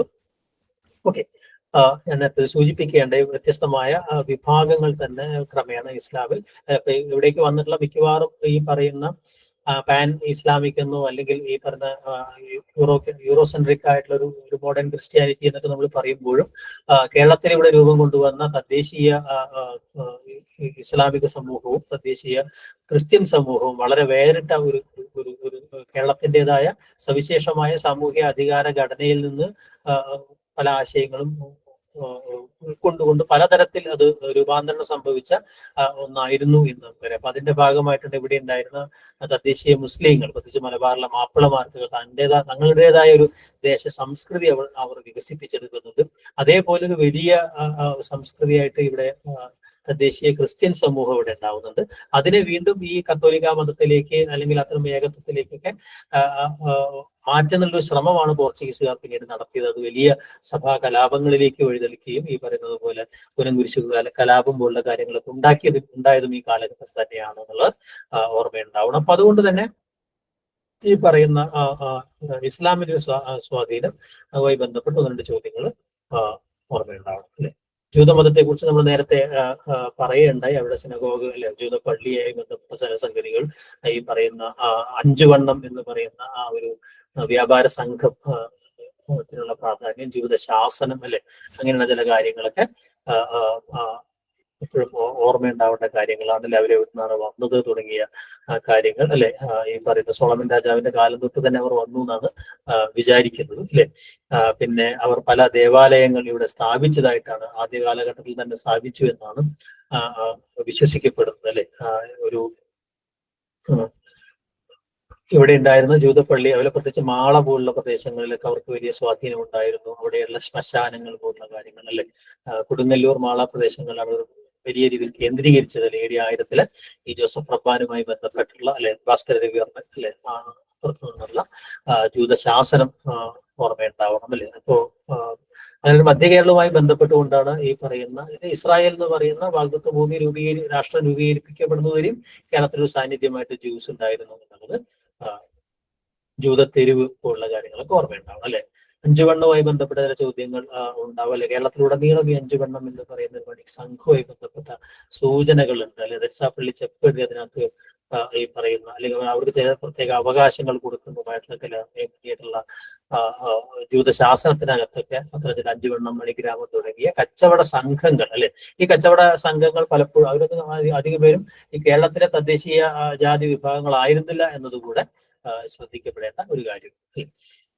ഓക്കെ, അപ്പൊ അതുമായി ബന്ധപ്പെടുത്തിയ ചില കാര്യങ്ങൾ ഓർമ്മയുണ്ടാവണം. പ്രത്യേകിച്ച് ജൂതശാസനവുമായി ബന്ധപ്പെടുത്തിയ കാര്യങ്ങൾ അല്ലെ. പല നഗരങ്ങളുടെയും നഗരപരിപാലനത്തിനകത്ത് അല്ലെങ്കിൽ അത്തരം ഒരു ഭരണകാര്യങ്ങൾക്കകത്ത് തന്നെ ഈ പറഞ്ഞ പെയ്ഡ് കമ്മ്യൂണിറ്റികൾക്ക് വലിയ ബന്ധമുണ്ടായിരുന്നു. അപ്പൊ അവരുമായി ബന്ധപ്പെടുത്തിയ ഈ ദർശാപ്പള്ളി ചെപ്പേട്, ജൂതശാസനം, വീരരാഘവ പട്ടയം അല്ലെ, അങ്ങനെയുള്ള പ്രധാനപ്പെട്ട ചില രേഖകളെ സംബന്ധിച്ച് സൂചനകൾ ഉണ്ടാവണം അല്ലെ. അവനത്തിന് 5 വണ്ണത്തെ കുറിച്ച് പരാമർശമുണ്ട് അല്ലെ. പയ്യന്നൂർ പാട്ട് അല്ലെ കൊണ്ടത്ത് ശേഖരിച്ചതാണ് അല്ലെ. അപ്പൊ അങ്ങനെയുള്ള ചില ഉത്തരകേരളത്തിൽ ഈ 5 വണ്ണം ഉണ്ടായിട്ടുള്ളതിന് തെളിവ് എന്താണെന്നൊക്കെ അങ്ങനെയുള്ള ചില ചോദ്യങ്ങളൊക്കെ പരീക്ഷയ്ക്ക് ചോദിക്കാം, ശ്രദ്ധിക്കാം. ഓക്കെ, ക്രിസ്തു മതത്തിന്റെ വരവുമായി ബന്ധപ്പെട്ട് നമ്മൾ ഈ പറയുന്നത് പോലെ കേരളത്തിൽ ഈ തോമാസ് ശ്ലീഹയുടെ കാലത്ത് തന്നെ അല്ലെ 52 തന്നെ കേരളത്തിൽ എത്തി എന്നാണ് വിചാരിക്കുന്നത് അല്ലെ. യേശുക്രിസ്തുവിന്റെ വന്നിട്ട് ശിഷ്യന്മാരിൽ ഒരാൾ അല്ലെ തോമാസ് ശ്ലീഹ കേരളത്തിലേക്ക് വന്നു എന്നും അല്ലെ 52 അദ്ദേഹം ഈ പറയുന്ന മുസിരിസിൽ അദ്ദേഹം കപ്പിലിറങ്ങി എന്ന് പറയുന്ന ഒരു അല്ലെ. പിന്നെ ഏഴര പള്ളികൾ എന്ന് പറഞ്ഞാൽ ചിലപ്പോൾ അത് പരീക്ഷയ്ക്ക് ചോദിക്കാറുള്ള സംഗതിയാണ്. ഏഴര പള്ളികൾ എന്ന് പറയുന്ന അല്ല അദ്ദേഹം സ്ഥാപിച്ച പള്ളികളെ കുറിച്ചിട്ടുള്ള ചില കൊടുങ്ങല്ലൂരുണ്ട്, പാലയൂര്, അല്ലെ, കോട്ടക്കാവ്, കൊല്ലം, നിരണം, നിലയ്ക്കൽ എന്നൊക്കെ പറയുന്ന സ്ഥലങ്ങളിലായിട്ട് 7 പള്ളികൾ സ്ഥാപിച്ചു. അല്ലെ, തിരുവിതാംകൂട് പള്ളികൾ എന്ന് അറിയപ്പെടുന്ന പള്ളിയാണ്. അല്ലെ. അപ്പൊ അത് ഒരു എന്താ പറയാ, അത് ഓർമ്മയുണ്ടാവണം. പിന്നെ അതുപോലെ തന്നെ വണിക് സംഘങ്ങൾ എന്ന രീതിയിൽ ഇവരുടെ ഒരു വലിയ പ്രാധാന്യം അതിനകത്തുള്ള അവർക്ക് ഈ പറയുന്ന എന്താ പറയാ നേരിട്ടുള്ള തോമാശ്ലീഹയിൽ നിന്ന് നേരിട്ട് മറ്റു ക്രിസ്തുമതത്തിലേക്ക് പരിവർത്തനം ചെയ്ത ബ്രാഹ്മണന്മാരായിരുന്നു എന്ന് പറയുന്ന ഒരു വിശ്വാസം. പിന്നെ ഈ പിൽക്കാലത്ത് ക്രിസ്ത്യാനിറ്റിക്കകത്ത് തന്നെ ജാതിയുടെ വേർതിരിവുകൾ കൊണ്ടുവരുന്നതിനും അതിനകത്ത് ഏറ്റവും മഹത്തായ പാരമ്പര്യമുള്ളത് തങ്ങൾക്കാണ് എന്നൊരു വിഭാഗം വിചാരിക്കുന്നത്. ഈ ബ്രാഹ്മണരിൽ നിന്ന് പുലയ ക്രിസ്ത്യാനികൾ, ബ്രാഹ്മണ ക്രിസ്ത്യാനികൾ എന്ന രീതിയിലേക്ക് തന്നെ അതിനകത്തുള്ള ചില സംഗതികൾ ഉണ്ടാവുന്നുണ്ട് എന്ന് പറഞ്ഞു. അപ്പൊ ഏതായാലും ഈ പറയുന്ന വലിയ ഒരു രാഷ്ട്രീയ അധികാരത്തിലേക്ക് അവർ വരുന്നില്ല. ഒരേ ഒരു ക്രിസ്ത്യൻ രാജവംശമാണ് കേരളത്തിൽ ഉണ്ടായിരുന്നത്.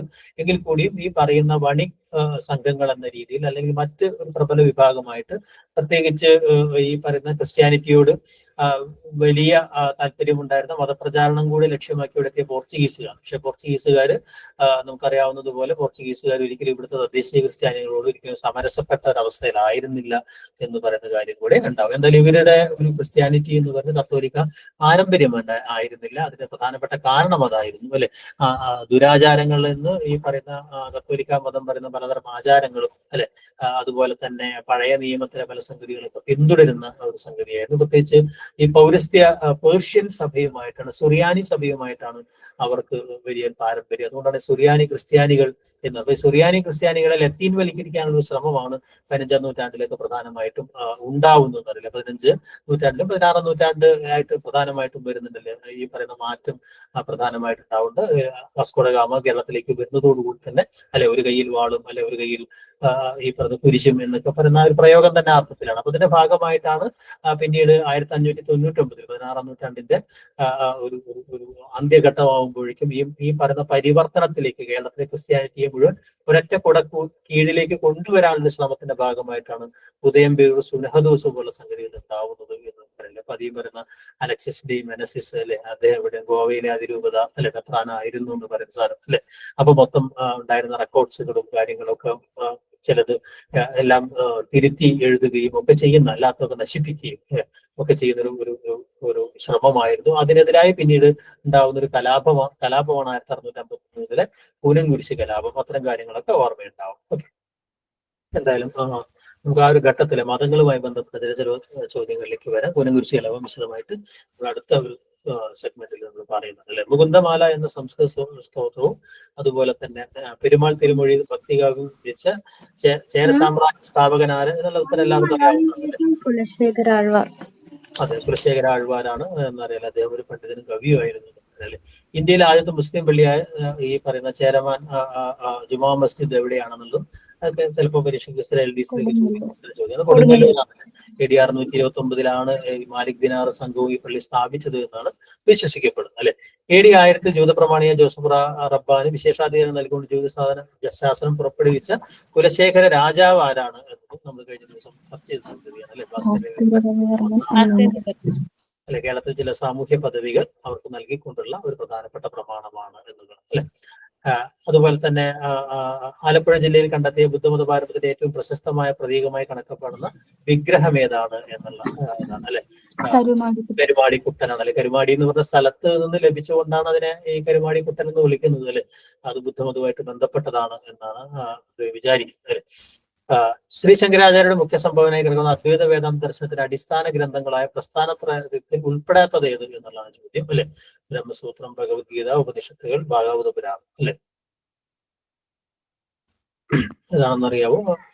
ഈ പറയുന്നത് പോലെ അദ്വൈത വേദാന്തത്തെ ഈ പറയുന്ന പലതരം ടെക്സ്റ്റുകളെയും പലതരം പ്രാക്ടീസുകളെയും ഒരൊറ്റ നിലയ്ക്ക് കൊണ്ടുവരികയാണ് അദ്ദേഹം ചെയ്യുന്നത് നമുക്കറിയാം. അങ്ങനെ ഹിന്ദുമതത്തിനകത്ത് ഉണ്ടാവുന്ന പലതരം എന്താ പറയാ ഈ പറയുന്ന വ്യത്യാസങ്ങളെയും അല്ലെങ്കിൽ പിളർപ്പുകളെയും ഒക്കെ ഇല്ലാതാക്കുകയും മറ്റ് മതങ്ങളെ കൂടെ ഈ പറയുന്നതിനകത്ത് കൊണ്ടുവരികയൊക്കെ ചെയ്യുന്ന ഒരു ശ്രമമാണ് നടത്തുന്നത്. അപ്പൊ അതിനകത്ത് ഭാഗവത പുരാണമാണ് ഈ പറയുന്ന അദ്ദേഹത്തിന്റെ പ്രസ്ഥാനത്രയത്തിനകത്ത് ഉൾപ്പെടാത്തൊരു സംഗതി എന്ന് പറയുന്നത് ഭാഗവത പുരാണമാണ്. അദ്ദേഹം ഭാഷ്യം രചിച്ചത് ഉപനിഷത്തുകൾക്കും ബ്രഹ്മസൂത്രത്തിനും ഭഗവത്ഗീതയ്ക്കാണ് അദ്ദേഹം ഭാഷ്യം രചിക്കുന്നത്. ഭാഗവതം അദ്ദേഹം ഒരു പ്രധാനപ്പെട്ട ടെക്സ്റ്റായിട്ട് അദ്ദേഹം സ്വീകരിക്കുന്നില്ല എന്നുള്ളതാണ്.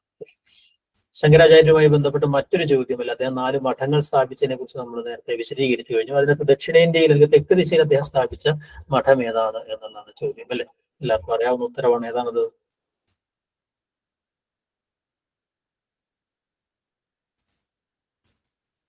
പുരിയിലാണ് ഗോവർദ്ധന മഠം, അല്ലെ? പടിഞ്ഞാറ് ദ്വാരകയിലാണ് ഈ പറയുന്ന കിഴക്കാണ് ഈ ഗോവർദ്ധന മഠം എന്ന് പറയുന്നത്, അല്ലെ? പടിഞ്ഞാറ് ദ്വാരകയിലാണ് ശാരദാപീഠം, അല്ലെ? ബദ്രിയിലാണ് വടക്ക് ജ്യോതിർ മഠം എന്ന് പറയുന്നത്. ശൃംഗേരിയിൽ, കർണാടക ശൃംഗേരിയിലാണ് ഈ പറഞ്ഞ ശാരദാ പീഠം അല്ലെങ്കിൽ ശൃംഗേരി മഠം എന്ന് പറയുന്നത്. ഓർമ്മയുണ്ടാവണം. ഓക്കെ. ശ്രീമൂലവാസത്തെ കുറിച്ച് പരാമർശമുള്ള സംസ്കൃത കാവ്യം ഏത് എന്നുള്ളത് നമ്മൾ കഴിഞ്ഞ ഒരു ക്ലാസ്സിൽ നമ്മൾ പറഞ്ഞൊരു കാര്യമാണ്, അല്ലെ? ഏതാണ് ഈ ശ്രീമൂലവാസം എന്ന് പറയുന്നത്? ആലപ്പുഴ ജില്ലയിലെ തൃക്കുന്നപ്പുഴ പ്രദേശത്തോ 10ാം നൂറ്റാണ്ട് വരെ നിലനിന്നിരുന്ന ഒരു ബുദ്ധമത വിഹാര കേന്ദ്രമായിരുന്നു എന്ന് പറയാം, അല്ലെ? പലതരത്തിൽ കൊലത്ത് നാടുമായിട്ട് അതിന്റെ ബന്ധം, അല്ലെ, ഒക്കെ നമ്മൾ നേരത്തെ പറഞ്ഞിട്ടുണ്ട്, അല്ലെ? ആയിരാജ്യവുമായിട്ടുള്ള ബന്ധം, അല്ലെ? ഇതിനകത്ത് ഏത് കൃതിയാണ് എന്ന് ഓർമ്മയുണ്ടവർക്കെങ്കിലും? മൂഷികവംശത്തിനകത്താണ് ഈ പറയുന്ന പരാമർശം. വിക്രരാമൻ എന്ന് പറയുന്ന ആള് കോലത്തുനാട് ഭരിച്ചിരുന്ന വിക്രമരാമൻ എന്ന് പറയുന്നയാള് ഈ പറഞ്ഞ കടൽ വിഴുങ്ങിക്കൊണ്ടിരുന്ന ശ്രീമൂലവാസത്തെ കല്ലുകളൊക്കെ അടുക്കി വെച്ചുകൊണ്ട് രക്ഷപ്പെടുത്തുകയുണ്ടായി എന്നുള്ള പരാമർശം ഉള്ളത്, അല്ലെ? തിരുവിതാംകൂട്ട് പള്ളികൾ എന്ന പേര് എന്തുമായി ബന്ധപ്പെട്ട് കിടക്കുന്നു? നമ്മൾ നേരത്തെ പറഞ്ഞ ഒരു കാര്യമാണത്. ഈ പറഞ്ഞ 4 ഏതുമായി ബന്ധപ്പെട്ടിരിക്കുന്നു എന്നതാണ്, അല്ലെ? ഏതാണ്?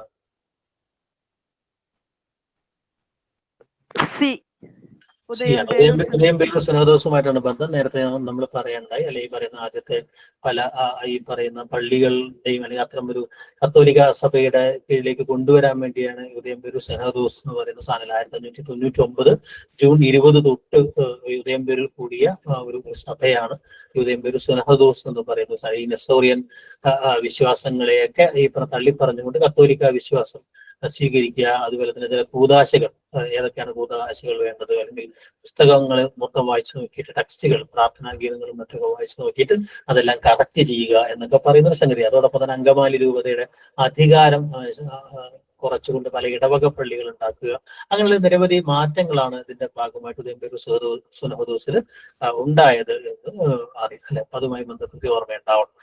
കേരളത്തിലെ തദ്ദേശീയമായൊരു ക്രൈസ്തവ പാരമ്പര്യത്തെ കത്തോലിക്ക പാരമ്പര്യത്തിലേക്ക് കൊണ്ടുവരാനുള്ള ശ്രമത്തിന്റെ ഭാഗമായിട്ട് ഉണ്ടാവും. കേരളത്തിലെ ഏറ്റവും വലിയ ചുമർ ചിത്രം എവിടെയാണുള്ളത്? കലകളുമായി, മധ്യകാല ക്ഷേത്ര കലകളുമായി ബന്ധപ്പെട്ട ഒരു ചോദ്യമാണ്, അല്ലെ? എവിടെയാണത്? കൊട്ടാരത്തിലാണ് ഏറ്റവും വലിയ. ആലപ്പുഴ ജില്ലയിലാണ്, അല്ലെ? തിരുവിതാംകൂർ രാജാവായിരുന്ന മാർത്താണ്ഡവർമ്മയാണ് അത് കൃഷ്ണപുരം കൊട്ടാരം എന്ന രീതിയിലേക്ക് അത് പണിതത് എന്നാണ്, അല്ലെ? പണിതത്. അതിന് മുമ്പ് ഉണ്ടായിരുന്നു തോന്നുന്നു. എന്തായാലും ഈ അവിടെ ഏറ്റവും വലിയ ഒരു പണ്ടത്തെ വെച്ച ഏറ്റവും വലിയ ഒരു പാനൽ, ഗജേന്ദ്രമോക്ഷം എന്ന് പറയുന്ന ഒരു ചിത്രമാണ് ഏറ്റവും വലിയ ചുമർ ചിത്രമായിട്ട് നമ്മൾ പറയുന്നത്. കേരളത്തിലെ ആദ്യത്തെ മുസ്ലിം പള്ളി സ്ഥാപിച്ചതാര് എന്ന് പറയുന്ന ചോദ്യം, അല്ലെ? നമ്മൾ നേരത്തെ നല്ല പറഞ്ഞതാണ്, അല്ലെ? മാലിക് ഇബ്നു ദിനാർ, അല്ലെ? കേരളത്തിലെ ആദ്യത്തെ മുസ്ലിം പള്ളി സ്ഥാപിച്ചത് എന്നാണ് നമ്മൾ വിശ്വസിക്കുന്നത്. ഇനിയുള്ളത് പ്രധാനപ്പെട്ട രാജവംശങ്ങളുമായി ബന്ധപ്പെട്ട്. നേരത്തെ പറഞ്ഞു കേരളത്തിൽ ഒരു 10-35 നാട്ടുരാജ്യങ്ങളായിട്ട് കേരളം മാറുന്നു. നാട്ടുരാജ്യ പദവി ഉള്ളതും ഇല്ലാത്തതുമായിട്ട്, അല്ലെ? അങ്ങനെ 10-40 വരെയൊക്കെ നമുക്ക് വേണമെങ്കിൽ മുറിച്ചു കൊണ്ടുപോകാവുന്ന തരത്തിലുള്ള, എന്നാൽ പ്രധാനപ്പെട്ട നാട്ടുരാജ്യങ്ങളുമായി ബന്ധപ്പെട്ട ഏറ്റവും പ്രധാനമായിട്ടും നമുക്കറിയാവുന്ന പോലെ 4 നാട്ടുരാജ്യങ്ങൾ, അല്ലെ? വേണാട്, പെരുമ്പടപ്പ്, അതുപോലെ തന്നെ നെടിയിരുപ്പ്, കോലത്തിരി, അല്ലെ? 4 രാജ്യങ്ങളെ കുറിച്ചും കാര്യമായിട്ട് അറിയണം. അല്ലെ? അവരിലൂടെയാണ് കേരളത്തിന്റെ ഒരു 4-5 നൂറ്റാണ്ടിന്റെ ചരിത്രം മുന്നോട്ട് പോകുന്നത് എന്നുള്ളതാണ് ഏറ്റവും പ്രധാനപ്പെട്ട കാര്യം, അല്ലെ? അപ്പൊ അവരുടെ ചില കാര്യങ്ങളിലേക്ക് പോവാം. അപ്പോ കുലശേഖരത്തെ കാലത്തിന് ശേഷം 18 അരജന്മാർ ഇവിടെ വന്നു, നാട്ടുരാജ്യങ്ങളായിട്ട് മാറി. സ്വരൂപഘടനയെ കുറിച്ച് നമ്മൾ നേരത്തെ പറയേണ്ടായി. അതിൽ ഏറ്റവും പ്രബലമായിരുന്നത് വേണാട്, തെക്ക് വേണാടുണ്ട്, അല്ലെ? മധ്യകേരളത്തിലുള്ള പെരുമ്പടപ്പ് എന്നുള്ള മലബാറിലേക്ക് വരുമ്പോൾ നെടിയിരുപ്പ്, കോലത്തിൽ രാജവംശങ്ങളാണ്, അല്ലെ? ഈ കാലഘട്ടത്തിലാണ് ഫ്യൂഡലിസം വീലുറയ്ക്കുന്നത്, ക്ഷേത്ര കേന്ദ്രിതമായ ഒരു ബ്രാഹ്മണി ഘടനയിലേക്ക് നമ്മൾ മാറുന്നത്, അല്ലെ? അതൊക്കെ നമ്മൾ വിശദീകരിച്ചു കഴിഞ്ഞ കാര്യമാണ്. അപ്പൊ അതിന്റെ അവസാന ഘട്ടത്തിലാണ് ഈ ഒരു അങ്ങനെ അത്യന്തം ഛിന്ന ഭിന്നമായി കൊണ്ടിരുന്ന ഒരു രാഷ്ട്രീയ ഘടനയിലേക്കാണ് ഈ പറയുന്ന ഒരു കിടമത്സരങ്ങളും യുദ്ധങ്ങളും ഒക്കെ ഉണ്ടായിരുന്നതിലേക്കാണ് കൊളോണിയൽ ഘട്ടം വരുന്നത് എന്നറിയാം. അതോടൊപ്പം തന്നെ ഈ പറയുന്ന വളരെ റിജിഡായിട്ട് ഒരു ഭാഗത്ത് രാഷ്ട്രീയാധികാരം വളരെ ശിഥിലമായി തീരുന്നു, എന്നാൽ സാമൂഹ്യ അധികാര ശൃംഖല എന്ന് പറയുന്നത് ഏറ്റവും റിജിഡായിട്ട് തീരുകയും ചെയ്യുന്ന ഒരു പാരഡോക്സ് ഇവിടെ ഉണ്ടായിരുന്നു എന്നുള്ളതാണ് ഏറ്റവും പ്രധാനം. അതാണ് അധിനിവേശ കാരണത്തിലേക്ക് പിന്നീട് രൂപപ്പെട്ടത് എന്ന് പറയുന്ന ഒരു കാര്യം അല്ലെ. മധ്യകാലത്തിലെ രാജവംശങ്ങളെ ഒന്ന് ജസ്റ്റ് ഒന്ന് ഓടിച്ചുകൊണ്ട് പരിചയപ്പെടാം അല്ലെ. പ്രധാനപ്പെട്ട രാജവംശങ്ങൾ എന്ന് പറയുന്ന അല്ലെ, നമുക്ക് ആലങ്ങാട്ട് രാജവംശം, കൊടുങ്ങല്ലൂർ രാജവംശം, അതുപോലെ തന്നെ തലപ്പള്ളി, വള്ളുവനാട്, തെരൂർ എന്നൊക്കെ പറയുന്ന ഈ രാജവംശങ്ങളൊക്കെ പൊതുവെ ഈ പറയുന്ന കൊച്ചിക്ക് ഇങ്ങോട്ടുള്ള പലതരം രാജവംശങ്ങളുണ്ട് അല്ലെ. അതോടൊപ്പം തന്നെ ഈ പറയുന്ന പല രാജവംശങ്ങളിലും ചില പ്രാധാന്യമുള്ള ചില രാജവംശങ്ങളുണ്ട്, ചില പേരുകൾ കൊണ്ട് അല്ലെങ്കിൽ ചില ദായക്രമങ്ങൾ കൊണ്ട്. അപ്പൊ അതൊക്കെ നമ്മൾ ചിലപ്പോൾ അത്തരം ഇപ്പൊ വെട്ടം പോലുള്ള സ്ഥലങ്ങൾ, തരൂർ സ്വരൂപം പോലുള്ള ചില കാര്യങ്ങൾ, കോട്ടയം രാജവംശം പഴശ്ശിരാജയുമായി ബന്ധപ്പെടുത്തി നമ്മൾ വരുന്ന അല്ല, അങ്ങനെ ചില പ്രത്യേകതയുള്ള രാജവംശങ്ങൾ ഉണ്ടാവും. അപ്പൊ ആ രാജവംശങ്ങളെ കുറിച്ചുള്ള ഒരു പ്രത്യേക, പക്ഷെ ഇവർക്കൊന്നും ഈ പറഞ്ഞതുപോലെ നേരത്തെ പറഞ്ഞതുപോലെ എല്ലാ സാമൂതിരിക്ക് കീഴിലോ കോലത്തിരിക്ക് കീഴിലോ ഒക്കെ ആയിട്ട് മാറുകയാണ് ചെയ്യുന്നത് എന്ന് പറയുന്ന ഒരു കാര്യം അല്ലെ. തലപ്പള്ളി ഉണ്ടാവുന്നു, വള്ളുവനാട് പ്രധാനപ്പെട്ട, വള്ളുവ കോനാതിരി വളരെ പ്രധാനപ്പെട്ട ഒരു സംഗതിയാണ്. മാമാങ്കുമായി ബന്ധപ്പെടുത്തിയിട്ടുള്ള ഒരു കാര്യം വളരെ പ്രധാനമാണ്. നെടുങ്ങനാട് എന്ന് പറയുന്ന അതും ഇത് പറഞ്ഞ വളരെ ചെറിയ ഒരു രാജവംശമാണ്. പാലക്കാട് രാജവംശമാണ്. തരൂർ എന്ന് പറയുന്ന രാജവംശം. ഇതല്ലാതെ ഒരു രാജവംശം എന്ന് പറയാൻ തന്നെ സ്വരൂപങ്ങളായി നിന്ന കവളപ്പാറ സ്വരൂപം പോലുള്ള സ്വരൂപങ്ങളും ഉണ്ടായിട്ടുണ്ട് എന്ന് നമുക്കറിയാം അല്ലെ. താനൂർ ഭാഗത്തുള്ള വെട്ടത്ത് നാട്, അതിന്റെ വെട്ടത്ത് രാജവംശം വളരെ വ്യത്യസ്തമായ ഒരു രാജവംശമായെന്ന് അറിയാം. ഈ പോർച്ചുഗീസുകാരുമായി സഖ്യം ഉണ്ടാക്കിയ ആദ്യത്തെ നാട്ടുരാജ്യമാണ് വെട്ടത്ത് നാട് എന്ന് പറയുന്നത്. അപ്പൊ അങ്ങനെയുള്ള ചില ചരിത്രപരമായ പ്രാധാന്യമുള്ള രാജവംശങ്ങളെ ഒന്ന് ഓർമ്മയുണ്ടാവണം അല്ലെ. പരപ്പനാട് പോലുള്ള സംഗതികൾ അല്ലെ. അപ്പൊ ആ രീതിയിൽ തിരുവിതാംകൂർ രാജവംശവുമായിട്ട് പരപ്പനാടുള്ള ബന്ധം എന്ന് പറയുന്നത്, രണ്ട് പരപ്പനാട് തെക്കും വടക്കും എന്ന് പറയുന്ന രണ്ട് ഭാഗം ഉണ്ടായിരുന്നു. പലപ്പോഴും ഈ രാജകുമാരി തിരുവിതാംകൂറിലേക്ക് ദത്തെടുത്തിരുന്നത് ഈ പരപ്പനാടിൽ നിന്നായിരുന്നു എന്ന് പറയുന്ന ചില കാര്യങ്ങൾ അല്ലെ. അപ്പൊ അതൊക്കെ അതോടൊപ്പം തന്നെ ചില ശാഖകൾ, ഉദാഹരണത്തിന് കോലത്തിരി നാടിൽ നിന്ന് വിഭജിച്ചു പോയ ശാഖയാണ് കുറുമ്പ്രനാട് എന്ന് പറയുന്ന ഒരു ശാഖ അല്ലെ. കടത്തനാട് എന്ന് പറയുന്നത് ഈ പറയുന്ന ക്ഷത്രിയ പാരമ്പര്യം അല്ലെങ്കിൽ പോരാളികളുടെ ഒരു വലിയ ഒരു സംഗതിയാണ്. കച്ചവടയോധനന്റെയും മറ്റൊക്കെ ഒരു സംഗതിയാണ്. കോട്ടയം രാജവംശം ഞാൻ നേരത്തെ പറഞ്ഞതുപോലെ ഈ പറയുന്ന വയനാട് ആ ഒരു ഏരിയയിലുള്ള രാജവംശം എന്നുള്ളത് പ്രത്യേകിച്ച് പഴശ്ശിക്കെതിരെ പഴശ്ശി രാജാവുമായി ബന്ധപ്പെട്ട് ബ്രിട്ടീഷുകാർക്കെതിരെ ഒളിയുദ്ധമൊക്കെ നടത്തിയ രാജ്യം എന്നുള്ള രീതിയിൽ വളരെ പ്രധാനപ്പെട്ട രാജവംശമാണ്. അറക്കൽ രാജവംശം ഏക മുസ്ലിം രാജവംശം എന്നുള്ള രീതിയിൽ വളരെ പ്രധാനപ്പെട്ട രാജവംശമാണ് അല്ലെ. അതോടൊപ്പം തന്നെ ഈ ബോർഡറിലെ രാജവംശം എന്നുള്ളതിൽ കുമ്പള അല്ലെ, കേരളത്തിന്റെ ഏറ്റവും അങ്ങേ തലയിലുള്ള രാജവംശം എന്നുള്ളത്. അപ്പൊ അങ്ങനെയുള്ള ഓരോ രാജവംശത്തിന് ഓരോ പ്രത്യേകതയുണ്ട്. ഒരു ഓപ്ഷൻസ് വിട്ടുപോയി. ഈ രാജവംശങ്ങളെ കുറിച്ചൊരു ധാരണ ഉണ്ടാവണം. ഇപ്പോഴും അതുപോലെ തന്നെ പലതരം ഇടപ്പള്ളി, ആറ്റിങ്ങൽ എന്നൊക്കെ പറഞ്ഞ ഇപ്പോഴത്തെയും രാജവംശങ്ങളുണ്ട്. ഞാനത് സ്ലൈഡ് ഡിലീറ്റ് ആയി പോയി തോന്നുന്നു കേരളത്തിലെ. അപ്പൊ അങ്ങനെയുള്ള 10-33ഓളം രാജവംശങ്ങളുണ്ട്. ഈ രാജവംശങ്ങളെ കുറിച്ചുള്ള കൃത്യമായ ധാരണ ഉണ്ടാവണം എന്നുള്ളതാണ് അല്ലെ. ഓക്കെ,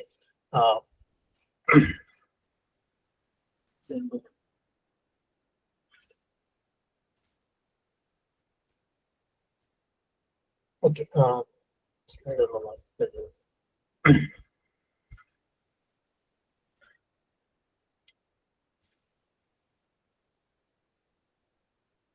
അത് ഞാൻ പിന്നീട് ആഡ് ചെയ്തോളാം. രാജവംശങ്ങളുടെ ഒരു സ്ലൈഡ് നമുക്ക് വിട്ടുപോയിട്ടുണ്ട്. ഓക്കെ, ചേരാനല്ലൂർ കർത്താവ് ഏത് നാട്ടുരാജ്യവുമായി ബന്ധപ്പെട്ട ആളായിരുന്നു എന്നുള്ള ചോദ്യമാണ്.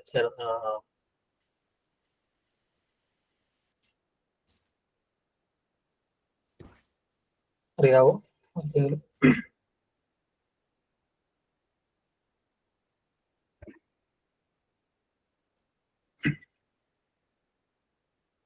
കൈമൾമാരുടെ ഭരണം എന്നുള്ള ഇതിൽ അല്ല, കൈമൾമാർന്ന് കൂടി അവരെ മറ്റേ എന്താ പറയാ അറിയപ്പെട്ടിരുന്നു അല്ലെ. ഈ പറയുന്ന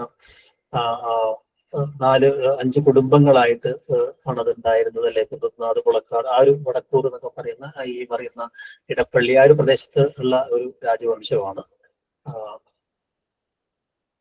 മൂഷക രാജവംശത്തിന്റെ പിന്മുറക്കാരെന്ന് കരുതപ്പെടുന്ന രാജവംശം ഏതാണ് എന്നുള്ളതാണ് ചോദ്യം. കോലത്തുനാട്. കോലത്തുനാടാണ് കോലസ്വരൂപം എന്ന് പറയുന്ന സംഗതി അല്ലെ. മരുമക്കത്തായത്തെ കുറിച്ച് പരാമർശമുള്ള ആദ്യ ഗ്രന്ഥം ഏതാണ്? ഈ ഘട്ടത്തിൽ തരുന്ന മരുമക്കത്തായം എന്ന് പറയുന്ന ഒരു വളരെ പ്രധാനപ്പെട്ട സംഗതി. അതിനെ പല രീതിയിൽ നൂറ്റാണ്ട് യുദ്ധമൊക്കെ ആയിട്ട് ബന്ധപ്പെടുത്തുന്നുണ്ട് എന്നുള്ളത്, അല്ലെ? അതോടൊപ്പം തന്നെ നമ്പൂതിരി നായർ സമ്പത്തുമായിട്ട് അതിനെ ബന്ധപ്പെടുത്താനുള്ള ശ്രമമൊക്കെ നമ്മൾ പല ചരിത്രകാരന്മാരുണ്ടാവുന്നുണ്ട്, അല്ലെ?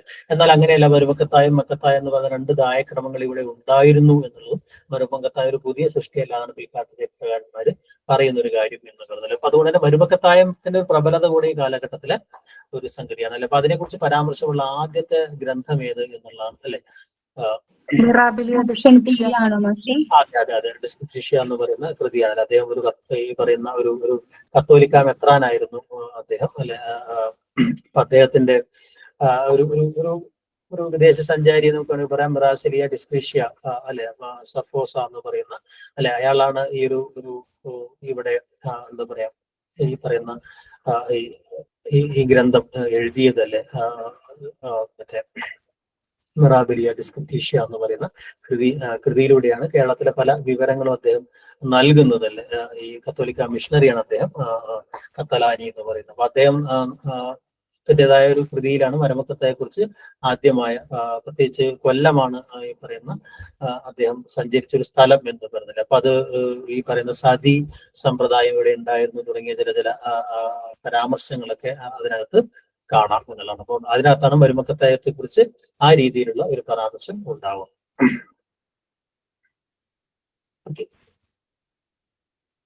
ദന്തലീശൻ എന്നറിയപ്പെടുന്ന രാജാവ് ആര് എന്നുള്ളതാണ് ചോദ്യം.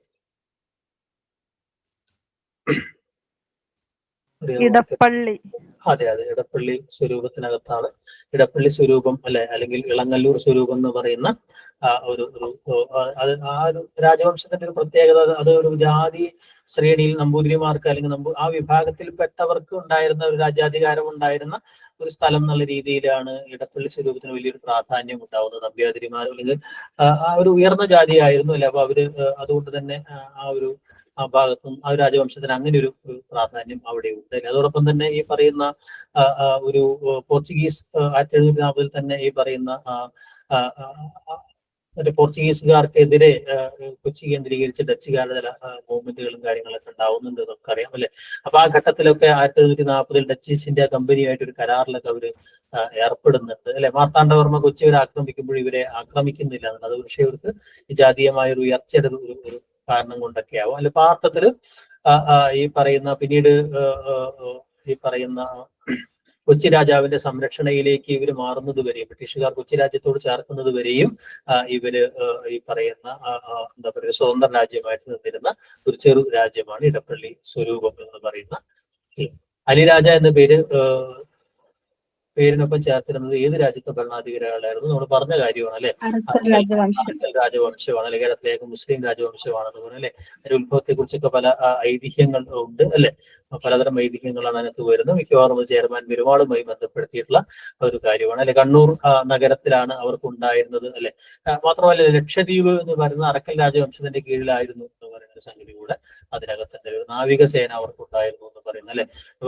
ഈ ലക്ഷദ്വീപുമായിട്ടുള്ള അവരുടെ വ്യാപാരവും അതിന്റെ നിയന്ത്രണവുമാണ് അവർക്ക് വലിയൊരു സ്ഥാനത്ത് ഉണ്ടായിരുന്നത്. അതോടൊപ്പം തന്നെ മൈസൂർ ആക്രമണം അവിടെ ഉണ്ടാവുകയും ആ പറയുന്ന ഒരു പ്രത്യേക കാലഘട്ടത്തിൽ ഒരു പ്രബല രാജ്യമായിട്ട് ഇവർ മാറുന്നുണ്ട് എന്ന് പറഞ്ഞു, മൈസൂരുമായിട്ടുള്ള സഖ്യം എന്ന് പറഞ്ഞാൽ. പിന്നീട് ബ്രിട്ടീഷുകാരും ഈ പറയുന്ന മൈസൂർ രാജാക്കന്മാരുടെ തമ്മിലുള്ള ഒരു യുദ്ധവും മൈസൂർ രാജ്യത്തിന്റെ പതനത്തിന് ശേഷമാണ് അറക്കൽ രാജവംശം എന്ന് പറയുന്നത്, അല്ലെ? ക്രമേണ അധികാരത്തിൽ നിന്നൊക്കെ പോകുന്നത് എന്നൊക്കെ, അല്ലെ? അപ്പൊ അതുകൊണ്ട് തന്നെ അറക്കൽ രാജവംശം അതുമായി ബന്ധപ്പെട്ട ഈ അറക്കൽ ബീവി, അലിരാജ അങ്ങനെയുള്ള ചില കാര്യങ്ങളൊക്കെ പരീക്ഷിച്ച് ചോദിക്കും. മാനവ വിക്രമ കുലശേഖര പെരുമാൾ സ്ഥാപിച്ചതെന്ന് കരുതപ്പെടുന്ന രാജ്യം, അല്ലെ?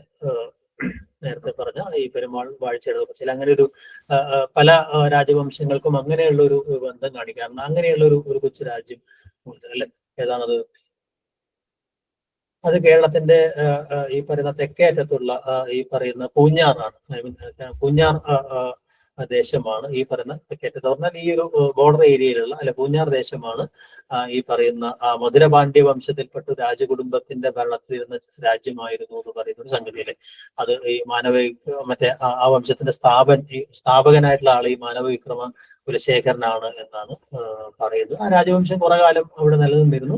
പിന്നീട് കായംകുളമൊക്കെ പിടിച്ചടക്കിക്കൊണ്ട് ഇങ്ങോട്ടുള്ള ആറ്റിങ്ങൽ കായംകുളമൊക്കെ പിടിച്ചടക്കിക്കൊണ്ടുള്ള വേണാട് രാജ്യത്തിന്റെ അല്ലെങ്കിൽ മാർത്താണ്ഡവർമ്മയുടെ നേതൃത്വത്തിൽ ജൈത്രയാത്രയിലാണ് ഈ പറയുന്ന ഈ തെക്കുംകൂർ പിടിച്ചടക്കുന്നതിനൊക്കെ ഭാഗമായിട്ടാണ് പൂഞ്ഞാർ പിന്നീട് ഈ പറയുന്ന തിരുവിതാംകൂറിന്റെ ഭാഗമായിട്ട് മാറുന്നത് അല്ലെ. അപ്പൊ അങ്ങനെയുള്ള ചില അപൂർവമായിട്ടുള്ള ചില പ്രത്യേകതകളുള്ള രാജവംശങ്ങൾ ചിലപ്പോൾ പരീക്ഷയ്ക്ക് ചോദിക്കും അല്ലെ. രാജാക്കന്മാരെ ശേഖരി വർമ്മമാർ എന്ന് വിളിച്ചു പോന്നിരുന്നത് ഏത് രാജവംശത്തിലാണ് എന്നുള്ളതാണ്. ശേഖരി വർമ്മ എന്ന് പറയുന്ന അല്ലെ തരൂർ സ്വരൂപവുമായി ബന്ധപ്പെടുത്തി പറയുന്ന ഒരു സംഗതിയാണ് അല്ലെ. ആദ്യം ഇവിടെ ആദവനാടായിരുന്നു അവർ ആദ്യം ഉണ്ടായിരുന്നതാണ് പറയുന്നത്. പിന്നീട് പാലക്കാട് ഭാഗത്തേക്ക് മാറുകയാണ് ചെയ്യുന്നത് അല്ലെ. തരൂർ സ്വരൂപം എന്ന് പറയുന്നത് ഈ ആലത്തൂർ ചിറ്റൂർ ഭാഗത്തൊക്കെയാണ് പ്രധാനമായിട്ടും ഇതുണ്ടായിരുന്നത് അല്ലെ. പൊലിപ്പൊന്ന് എന്ന നികുതി എന്തുമായി ബന്ധപ്പെട്ടിരിക്കുന്നു? ഈ ഒരുപാട് നികുതികൾ ഈ കാലഘട്ടങ്ങളിൽ ഉണ്ടാവുന്നുണ്ട്. പ്രത്യേകിച്ച് ഇവിടുത്തെ ഏറ്റവും കീഴാള വിഭാഗത്തിന് മീത് അധ്വാനിക്കുന്ന വിഭാഗത്തിന് മീത് പലതരത്തിലുള്ള നികുതികൾ ഇവിടെ ഏർപ്പെടുത്തുന്നുണ്ട്. പിന്നീട് ഇവിടെ വന്നിട്ടുള്ള വിദേശ സഞ്ചാരികളും മിഷണറിമാരൊക്കെ ഇവിടുത്തെ വിചിത്രമായ നികുതി നിയമങ്ങളെ കുറിച്ച് ധാരാളം എഴുതിയിട്ടുണ്ട് അല്ലെ. പിന്നീട് ഈ ആധുനികവൽക്കരണത്തിന്റെ ഭാഗമായിട്ട് തിരുവിതാംകൂർ രാജാക്കന്മാരാണ് 110 നികുതികളെ കുമയും മറുനാട കാലത്തും മറ്റൊക്കെ ഈ പലതരം പ്രാകൃതമായ നികുതികളെയൊക്കെ അവരൊന്നിച്ച് റദ്ദൊക്കെ ചെയ്യുന്നത്. അതുവരെ നിലനിന്നിരുന്ന കുറെ നികുതികളിൽ ഒന്നാണ് ഈ പറയുന്ന പൊലിപ്പൊന്ന് എന്ന് പറയുന്നത്. അത് എന്തുമായി ബന്ധപ്പെട്ടതാണ്? അതെ അതെ, വിവാഹ നികുതിയാണ് ഈ പൊലിപ്പൊന്ന് എന്ന് പറയുന്നത് അല്ലെ. അപ്പൊ ഈ മുലൈവില എന്നുള്ളതാണ് ഈ സ്ത്രീ തൊഴിലാളികൾക്ക് ഇതാണ് മുലൈവില എന്ന് പറയുന്ന ഒരു ഇതുണ്ട്. അതുപോലെ തന്നെ ഈ മറ്റുള്ളവർക്ക് ഈ മറ്റേ മരത്തിൽ കയറി ഇതൊക്കെ ചെയ്യുന്ന കല്ലെടുക്കുകയും മറ്റൊക്കെ ചെയ്യുന്ന ഒരു തളക്കാണം അല്ലെങ്കിൽ ഏടിക്കാണം എന്നൊക്കെ പറയുന്ന ചില നികുതികൾ ഉണ്ടായിരുന്നു അല്ലെ. അത്തരം കയറാനുള്ളത് അല്ലെ. അതുപോലെ തന്നെ ഈ മേനിപ്പൊന്ന് എന്ന് പറയുന്നത് ആണ് ഈ മറ്റേ പൊന്ന് ധരിക്കുന്നതിന് പ്രത്യേകിച്ചുള്ള എന്താ പറയാ തലൈവില എന്ന് പറഞ്ഞ ആളുടെ എണ്ണം കണക്കാക്കി അത് ചില ക്രിസ്തീയ സമൂഹത്തിന് മീതെയും അത് അടിച്ചേൽപ്പിച്ചിരുന്നു എന്നാണ്. ഈ തിരുവിതാംകൂറിൽ അങ്ങനെ അടിച്ചേൽപ്പിച്ചിരുന്നു. അതായത് ചില പ്രത്യേക ക്രിസ്തീയ സമുദായങ്ങൾക്കിടയിലുള്ള തല എണ്ണിയിട്ട് നികുതി കൊടുക്കുന്നതിന് തലൈവില എന്ന് പറയുന്ന ഒരു സാധനം ഉണ്ടാവുന്നു. അപ്പൊ അങ്ങനെയുള്ള കുറെ നികുതികളുടെ പേരുകൾ ഏതുമായിട്ട് ബന്ധപ്പെട്ടതാണെന്നുള്ള ഒരു ഓർമ്മയുണ്ടാവും. രാമനാട്ടത്തെ കുറിച്ച് നമ്മൾ നേരത്തെ സൂചിപ്പിക്കുകയുണ്ടായി അല്ലെ. അപ്പൊ രാമനാട്ടം ഏത് സ്വരൂപവുമായി ബന്ധപ്പെട്ടതാണ് എന്ന് പറയുന്ന അല്ലെ. കൊട്ടാരക്കര തമ്പുരാനെന്നറിയാം അല്ലെ. അതൊരു താവഴിയാണ് അല്ലെ. അത് ഏത് സ്വരൂപവുമായി ബന്ധപ്പെട്ടതാണ് എന്നുള്ളതാണ് അല്ലെ. അവിടെ നിന്നാണ് ഈ രാമനാട്ട് കഥകളിയൊക്കെ ഉണ്ടാവുന്നതിന്റെ ഒരു ചരിത്രമൊക്കെ നമ്മൾ സൂചിപ്പിക്കുകയുണ്ടായി അല്ലെ.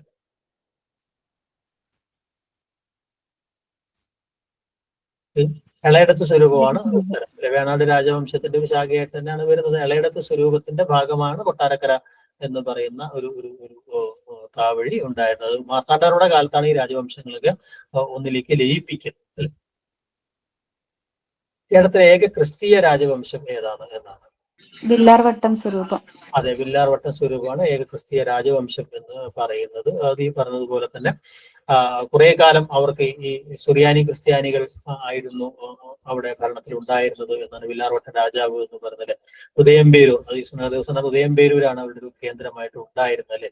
ഉദയംപേരൂർ, ചേന്നമംഗലം, മുളന്തുരുത്തി ആ പ്രദേശങ്ങളിൽ ഉണ്ടായിരുന്ന ഒരു രാജവംശമാണ്.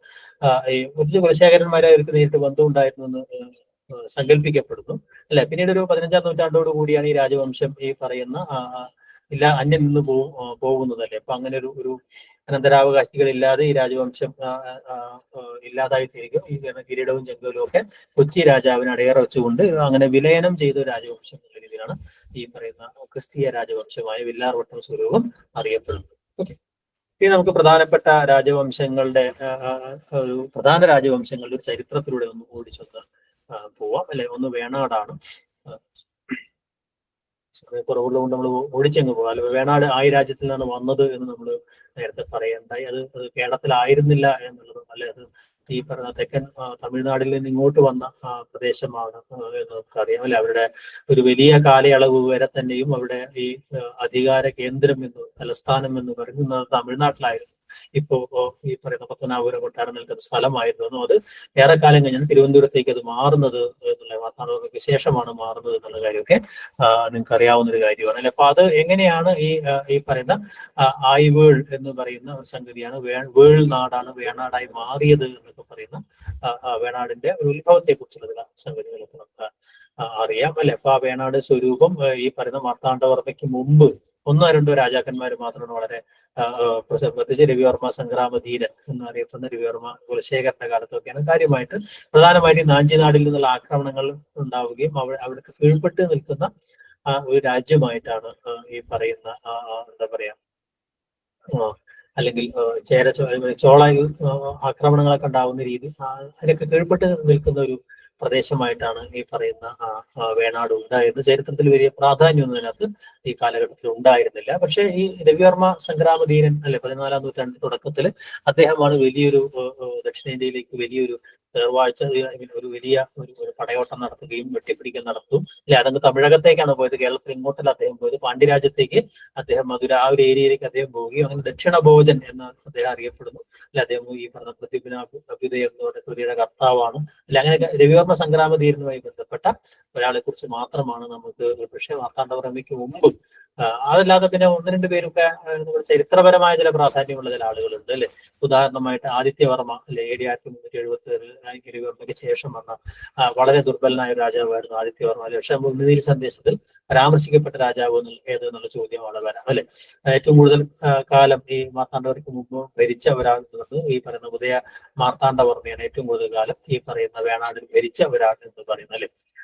പിന്നെ ഈ പറയുന്ന വാസ്കോഡ ഗാമ കേരളത്തിലേക്ക് വരുന്ന സമയത്ത് ഉണ്ടായിരുന്ന രാജാവ് അല്ലെ രവിവർമ്മയാണ് അല്ലെ. മറ്റൊരാൾ പ്രധാനമായിട്ടും ഈ സ്തംഭലിഖിതം എന്ന് പറയുന്നതുമായി ബന്ധപ്പെട്ട് കിഴാള ജാതികൾക്ക് ചില അവകാശങ്ങളുണ്ട് എന്ന് പറയുന്ന ആ ഒരു ലിഖിതം എഴുതിയാണ് ജയസിംഹ കേരളവർമ്മൻ ഒരു പ്രധാനപ്പെട്ട ആളാണ് അല്ലെ. പിന്നെ ഉണ്ടാവുന്നത് ഈ പറയുന്ന കേരളത്തിന് പുറത്തുള്ള വലിയ അത് പിന്നീട് തിരുവിതാംകൂർ സ്റ്റേറ്റ് സ്ഥാപിക്കപ്പെട്ടതിന് ശേഷവും അത് സംഭവിക്കുന്നുണ്ട്. കേരളത്തിന് പുറത്തുനിന്നുള്ള പല ഈ പറയുന്ന സാമ്രാജ്യങ്ങളുമായി എതിരിടുന്ന ഒരു കാലമാണ്. മധുര നായകന്മാരുമായിട്ട് എതിരിടുന്ന ഒരു ഘട്ടം ഉണ്ടാകുന്നത്. വിജയനഗര സാമ്രാജ്യവുമായി നിരന്തരമായ യുദ്ധം ഉണ്ടാവുന്ന ഒരു ഘട്ടം ഉണ്ടാകുന്നത്. അങ്ങനെ ആകെ ദുർബലമായ ഒരു ഘട്ടത്തിലാണ് ക്രമേണ കേരളത്തിലേക്കുള്ള ഒരു പറിച്ചു നടൽ എന്ന് പറയുന്ന ഒരു സാധനം ഉണ്ടാവുന്നത്. അപ്പൊ ആ വേണാടിന്റെ ഒരു ചരിത്രം അല്ലെ. അതിനിടയിൽ വരുന്ന ഒരാൾ ഉമയമ്മറാണിയാണ് അല്ലെ. കുളിപ്പാങ്കുളം കഥയൊക്കെ നിങ്ങൾക്ക് അറിയാവുന്ന ഒരു സംഗതിയാണ് അല്ലെ. അപ്പൊ ആ സമയത്ത് തന്നെ കേരളവർമ്മ കോട്ടയം കേരളവർമ്മയുടെ ഒരു പ്രധാനപ്പെട്ട റോൾ ഉണ്ട് അല്ലെ.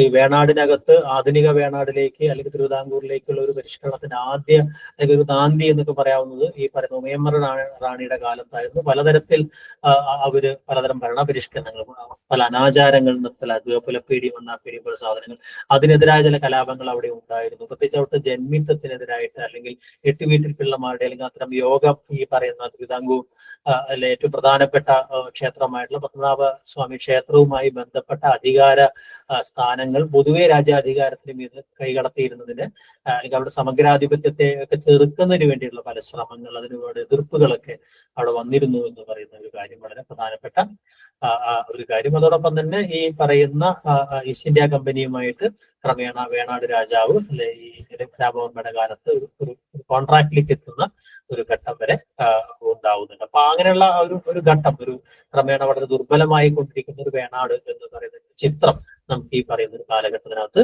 ഉണ്ടാവുന്നുണ്ട്. അപ്പൊ അതുമായി ബന്ധപ്പെട്ട ചില സംഭവങ്ങൾ ആണ് നമുക്ക് ഓർമ്മ ഉണ്ടാവേണ്ടത് അല്ലെ. ഒന്ന് പുലപ്പേടി മണ്ണാപ്പേടി എന്ന് പറയുന്ന സംഗതി അതെന്താണ് എന്ന് പറയുന്ന ഒരു കാര്യം അല്ലെ. അത് ഈ പറയുന്ന പുലയ കലാപം എന്ന് പറയുന്ന എന്തുമായി ബന്ധപ്പെട്ടതാണ് എന്നൊക്കെ പറയുന്ന ഒരു കാര്യം അല്ലെ. കോട്ടയം കേരളവർമ്മ ഈ പറയുന്ന 1696 ഈ പറയുന്ന ഒരു വിളംബരത്തിലൂടെ ഉമയമ്മറാണി ഉപദേശകനായിരുന്നു അദ്ദേഹം ഈ വിളംബരത്തിലൂടെ ഇത് നിർത്തലാക്കിയത് എന്ന് പറയുന്ന ഒരു കാര്യമല്ല. ജാതി ഭ്രഷ്ട്, പ്രത്യേകിച്ച് അതിനകത്ത് സ്ത്രീകളെ പലതരത്തിൽ സ്ത്രീകൾക്ക് അവകാശങ്ങളൊക്കെ ഇല്ലാതാക്കാൻ വേണ്ടി സ്ത്രീകളെയൊക്കെ ബോധപൂർവം ഈ പറയുന്ന പുറത്താക്കുന്നതിലൊരു തന്ത്രമായിട്ട് ഈ പുലപ്പേടിയും മണ്ണാപ്പേടിയും ഉപയോഗിച്ചിരുന്നു തുടങ്ങിയ ചില കാര്യങ്ങൾ ഓർമ്മയുണ്ടാവും അല്ലെ. മാർത്താണ്ഡവർമ്മയാണ് പ്രധാനമായും നമുക്ക് വരുന്നൊരു ഒരാളല്ല. ആധുനിക തിരുവിതാംകൂറിന്റെ ശില്പി എന്ന് പറയുന്ന അല്ലെ. മാർത്താണ്ഡവർമ്മയോട് കൂടിയാണ് ഈ പറയുന്ന തിരുവിതാംകൂറിനെ ഒരു ഒരു സ്റ്റേറ്റ് ആയിട്ട്, ആധുനിക സ്റ്റേറ്റ് ആയിട്ട് രൂപം കൊള്ളുന്നത് ഈ പറയുന്ന വേണാട് സാമ്രാജ്യ പദവിയിലേക്ക് ഉയരുന്നതൊക്കെ ഈ ഒരു ഘട്ടത്തിലാണെന്ന് പറയുന്നത്. എട്ടുവീട്ടിൽ പിള്ളമാരെ അമർച്ച ചെയ്തത്, അല്ലെ അതുമായി ബന്ധപ്പെട്ട് ഈ പറയുന്ന ആരൊക്കെയാണ് എട്ടുവീട്ടിൽ പിള്ളമാര്, അങ്ങനത്തെ കാര്യങ്ങളൊക്കെ ഓർമ്മയുണ്ടാവണം അല്ലെ. മാർത്താണ്ഡവർമ്മ നോവൽ ഓർമ്മയുണ്ടാവണം അല്ലെ. അതോടൊപ്പം തന്നെ കുളച്ചൽ യുദ്ധം എങ്ങനെയാണ് അല്ലെ, ഏഷ്യയിൽ തന്നെ ആദ്യമായിട്ട് ഒരു പക്ഷെ ഈ പറയുന്ന പാശ്ചാത്യ അധിനിവേശ സന്ദർഭത്തിനകത്ത് പാശ്ചാത്യ സൈനിക ശക്തിയെ തോൽപ്പിച്ച ഒരു യുദ്ധം എന്ന രീതിയിൽ അല്ലെ ഈ പറയുന്ന കുളച്ചൽ യുദ്ധം വളരെ പ്രധാനമാണ്. ഡച്ചുകാരുടെ കേരളത്തിനകത്തുള്ള പ്രതാപം അവസാനിക്കുന്നതും കുളച്ചൽ യുദ്ധത്തിലൂടെയാണ്. ഡെലനോയ് എന്ന് പറയുന്നയാള് ഈ പറയുന്ന തടവുകാരനായി പിടിക്കുകയും പിന്നീട് ആധുനിക തിരുവിതാംകൂറിന്റെ സൈനിക പരിഷ്കരണ കാര്യങ്ങൾക്കകത്തും ഒക്കെ വലിയ പങ്ക് വഹിക്കുകയൊക്കെ ചെയ്തിട്ടുള്ള ഒരാളാണ് ഡെലനോയ്. അപ്പൊ അദ്ദേഹവുമായി ബന്ധപ്പെട്ട കാര്യങ്ങൾ അവിടെ ഓർമ്മയുണ്ടാവണം. ഓക്കെ.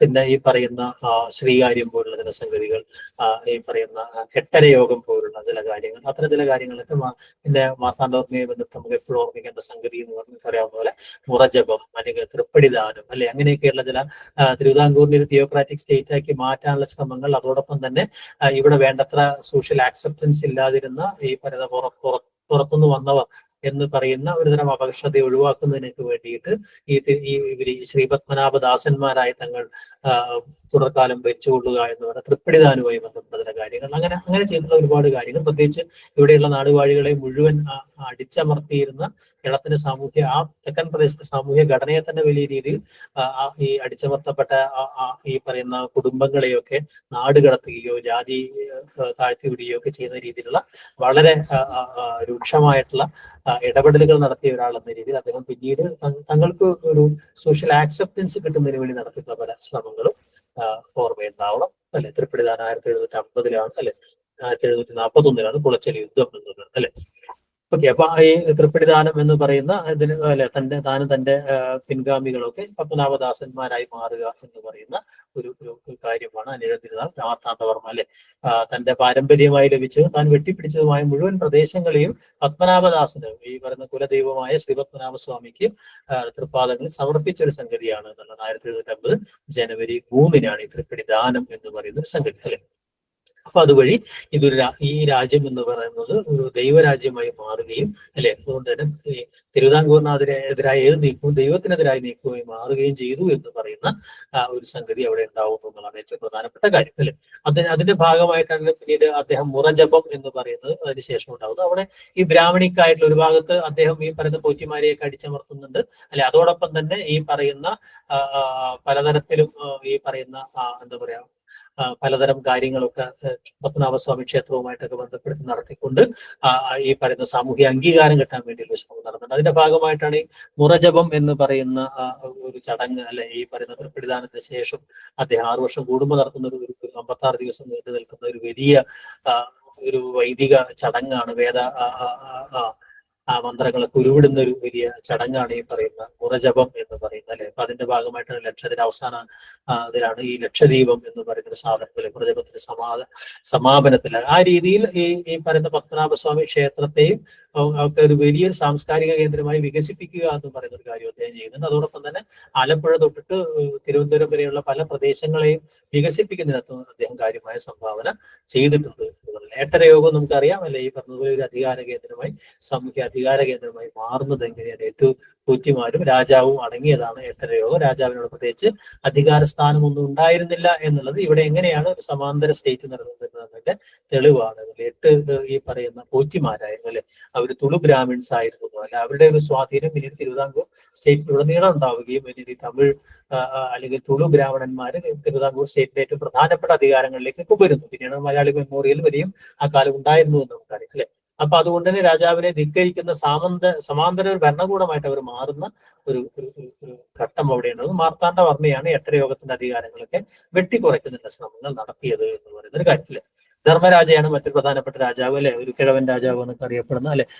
ധർമ്മരാജയുടെ ഒരു കാലത്താണ് ഈ ടിപ്പുവിന്റെ അദ്ദേഹത്തിന് ആ പേര് വരാനുള്ള ഒരു കാര്യം. ഈ പറയുന്ന അദർ ആയിട്ട് നമ്മൾ മാറ്റി നിർത്തിയിരുന്ന ഈ പറയുന്ന കേരളത്തിലേക്കുള്ള ഒരു വലിയ ഇസ്ലാമിക അധിനിവേശത്തിന്റെ ഒരു വലിയ സംഗതിയായിട്ട് നമ്മൾ പറയുന്ന മൈസൂർ പടയോട്ട കാലത്ത് അല്ലെ ഈ നെടുങ്കോട്ടയുടെ ഘട്ടലും കാര്യങ്ങളൊക്കെ ഉണ്ടാവുന്നുണ്ട് അല്ലെ. അപ്പൊ അങ്ങനെയുള്ള പല സംഗതികളിലൂടെയും ഈ പറയുന്ന മലബാറിൽ നിന്ന് ആട്ടിയോടിക്കപ്പെട്ടിട്ടുള്ള സവർണ ജാതികളെ, പ്രത്യേകിച്ച് നമ്പൂതിരി ബ്രാഹ്മണ സമൂഹത്തെ മുഴുവൻ സ്വീകരിച്ചു, അവർക്ക് അഭയം നൽകി എന്നുള്ളതിലാണ് ധർമ്മരാജാവ് ക്ഷത്രിയ ധർമ്മം പാലിച്ചയാൾ എന്ന രീതിയിൽ അദ്ദേഹത്തിന് അങ്ങനെ ഒരു പേരൊക്കെ കിട്ടുന്നത്. അപ്പൊ അങ്ങനെയുള്ള നെടുങ്കോട്ട കെട്ടിയത് ഡിലാനയുടെ ഒരു പങ്ക് അതിനകത്തുള്ളത് അല്ലെ.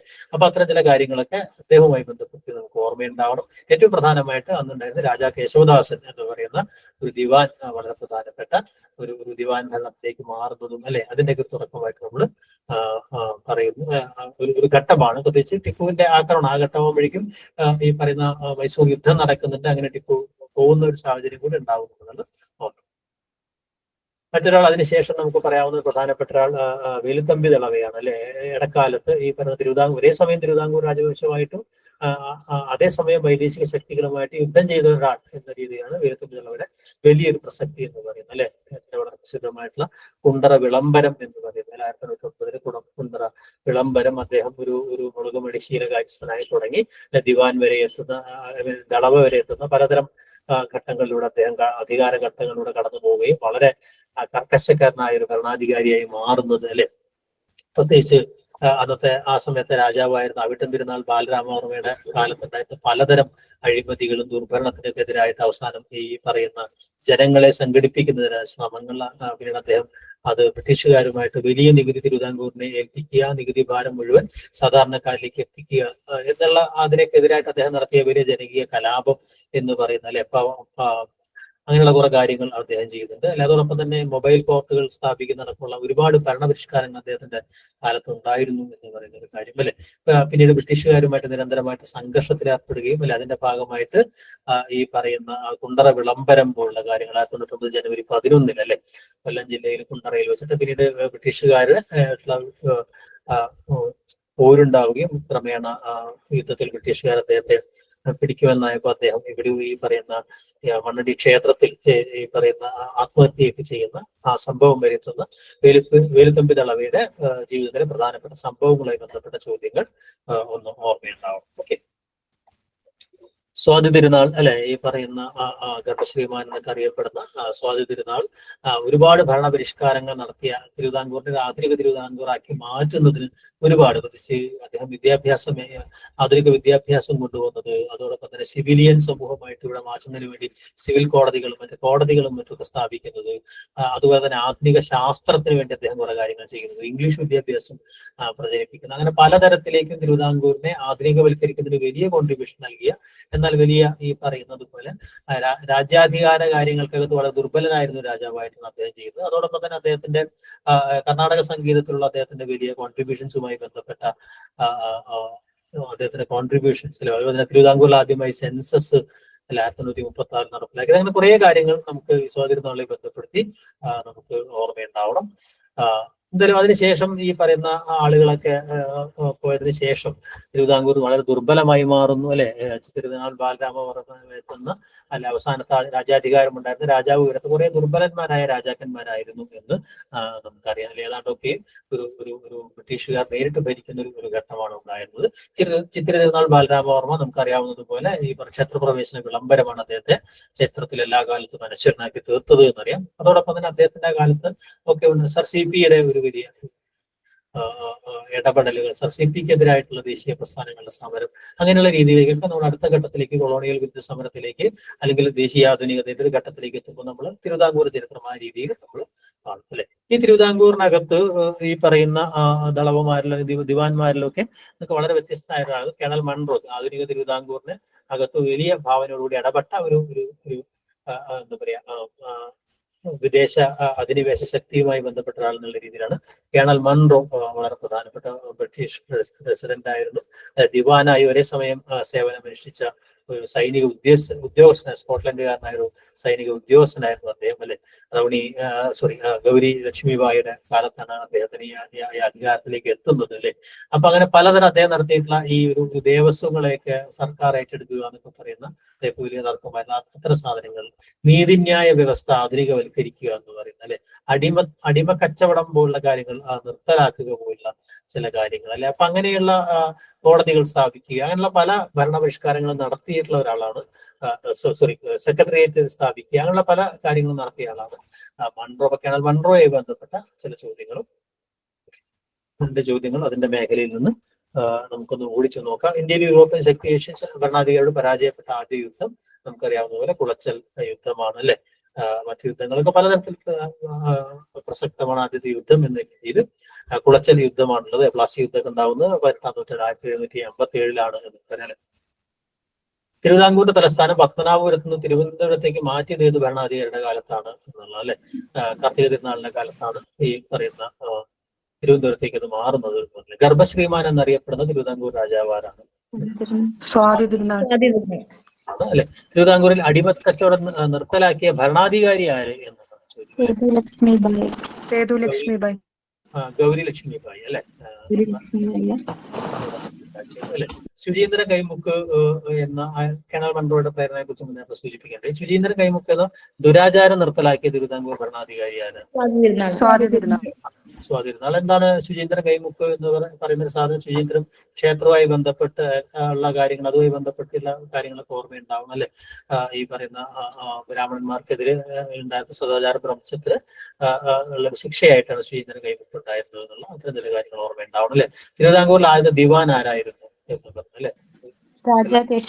രാജാ കേശവദാസനാണ് ആധുനിക തിരുവിതാംകൂറിന്റെ ശക്തി വലിയ ദിവാൻജി എന്നറിയപ്പെടുന്ന ഒരാളല്ലേ.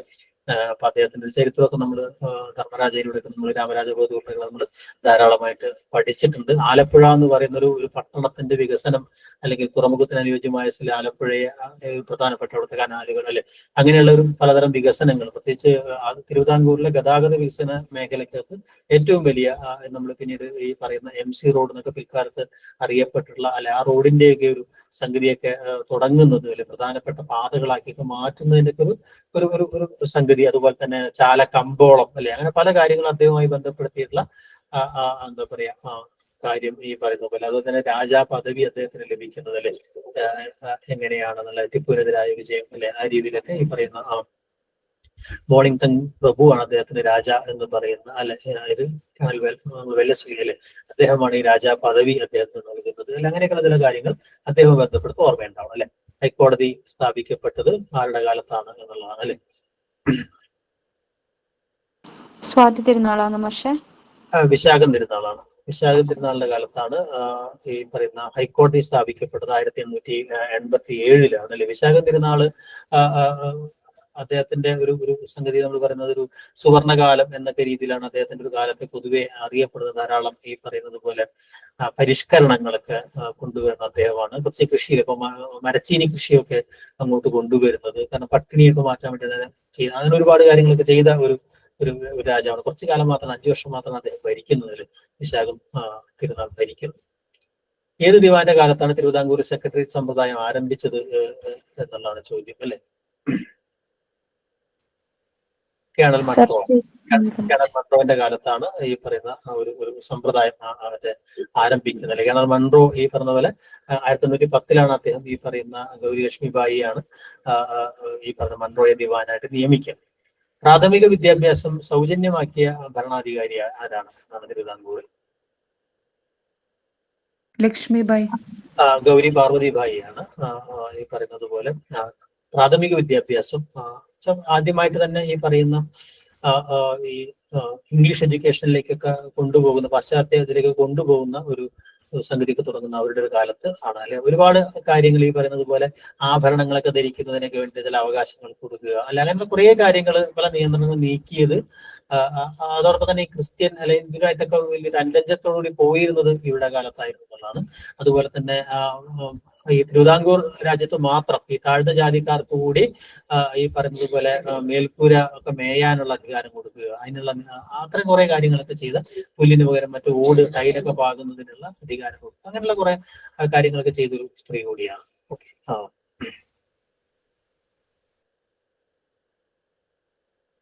മാർത്താണ്ഡവർമ്മ നിർമ്മിച്ചത് ഡാമുകളിൽ പെടാത്തത് ഏത് എന്നാണ്?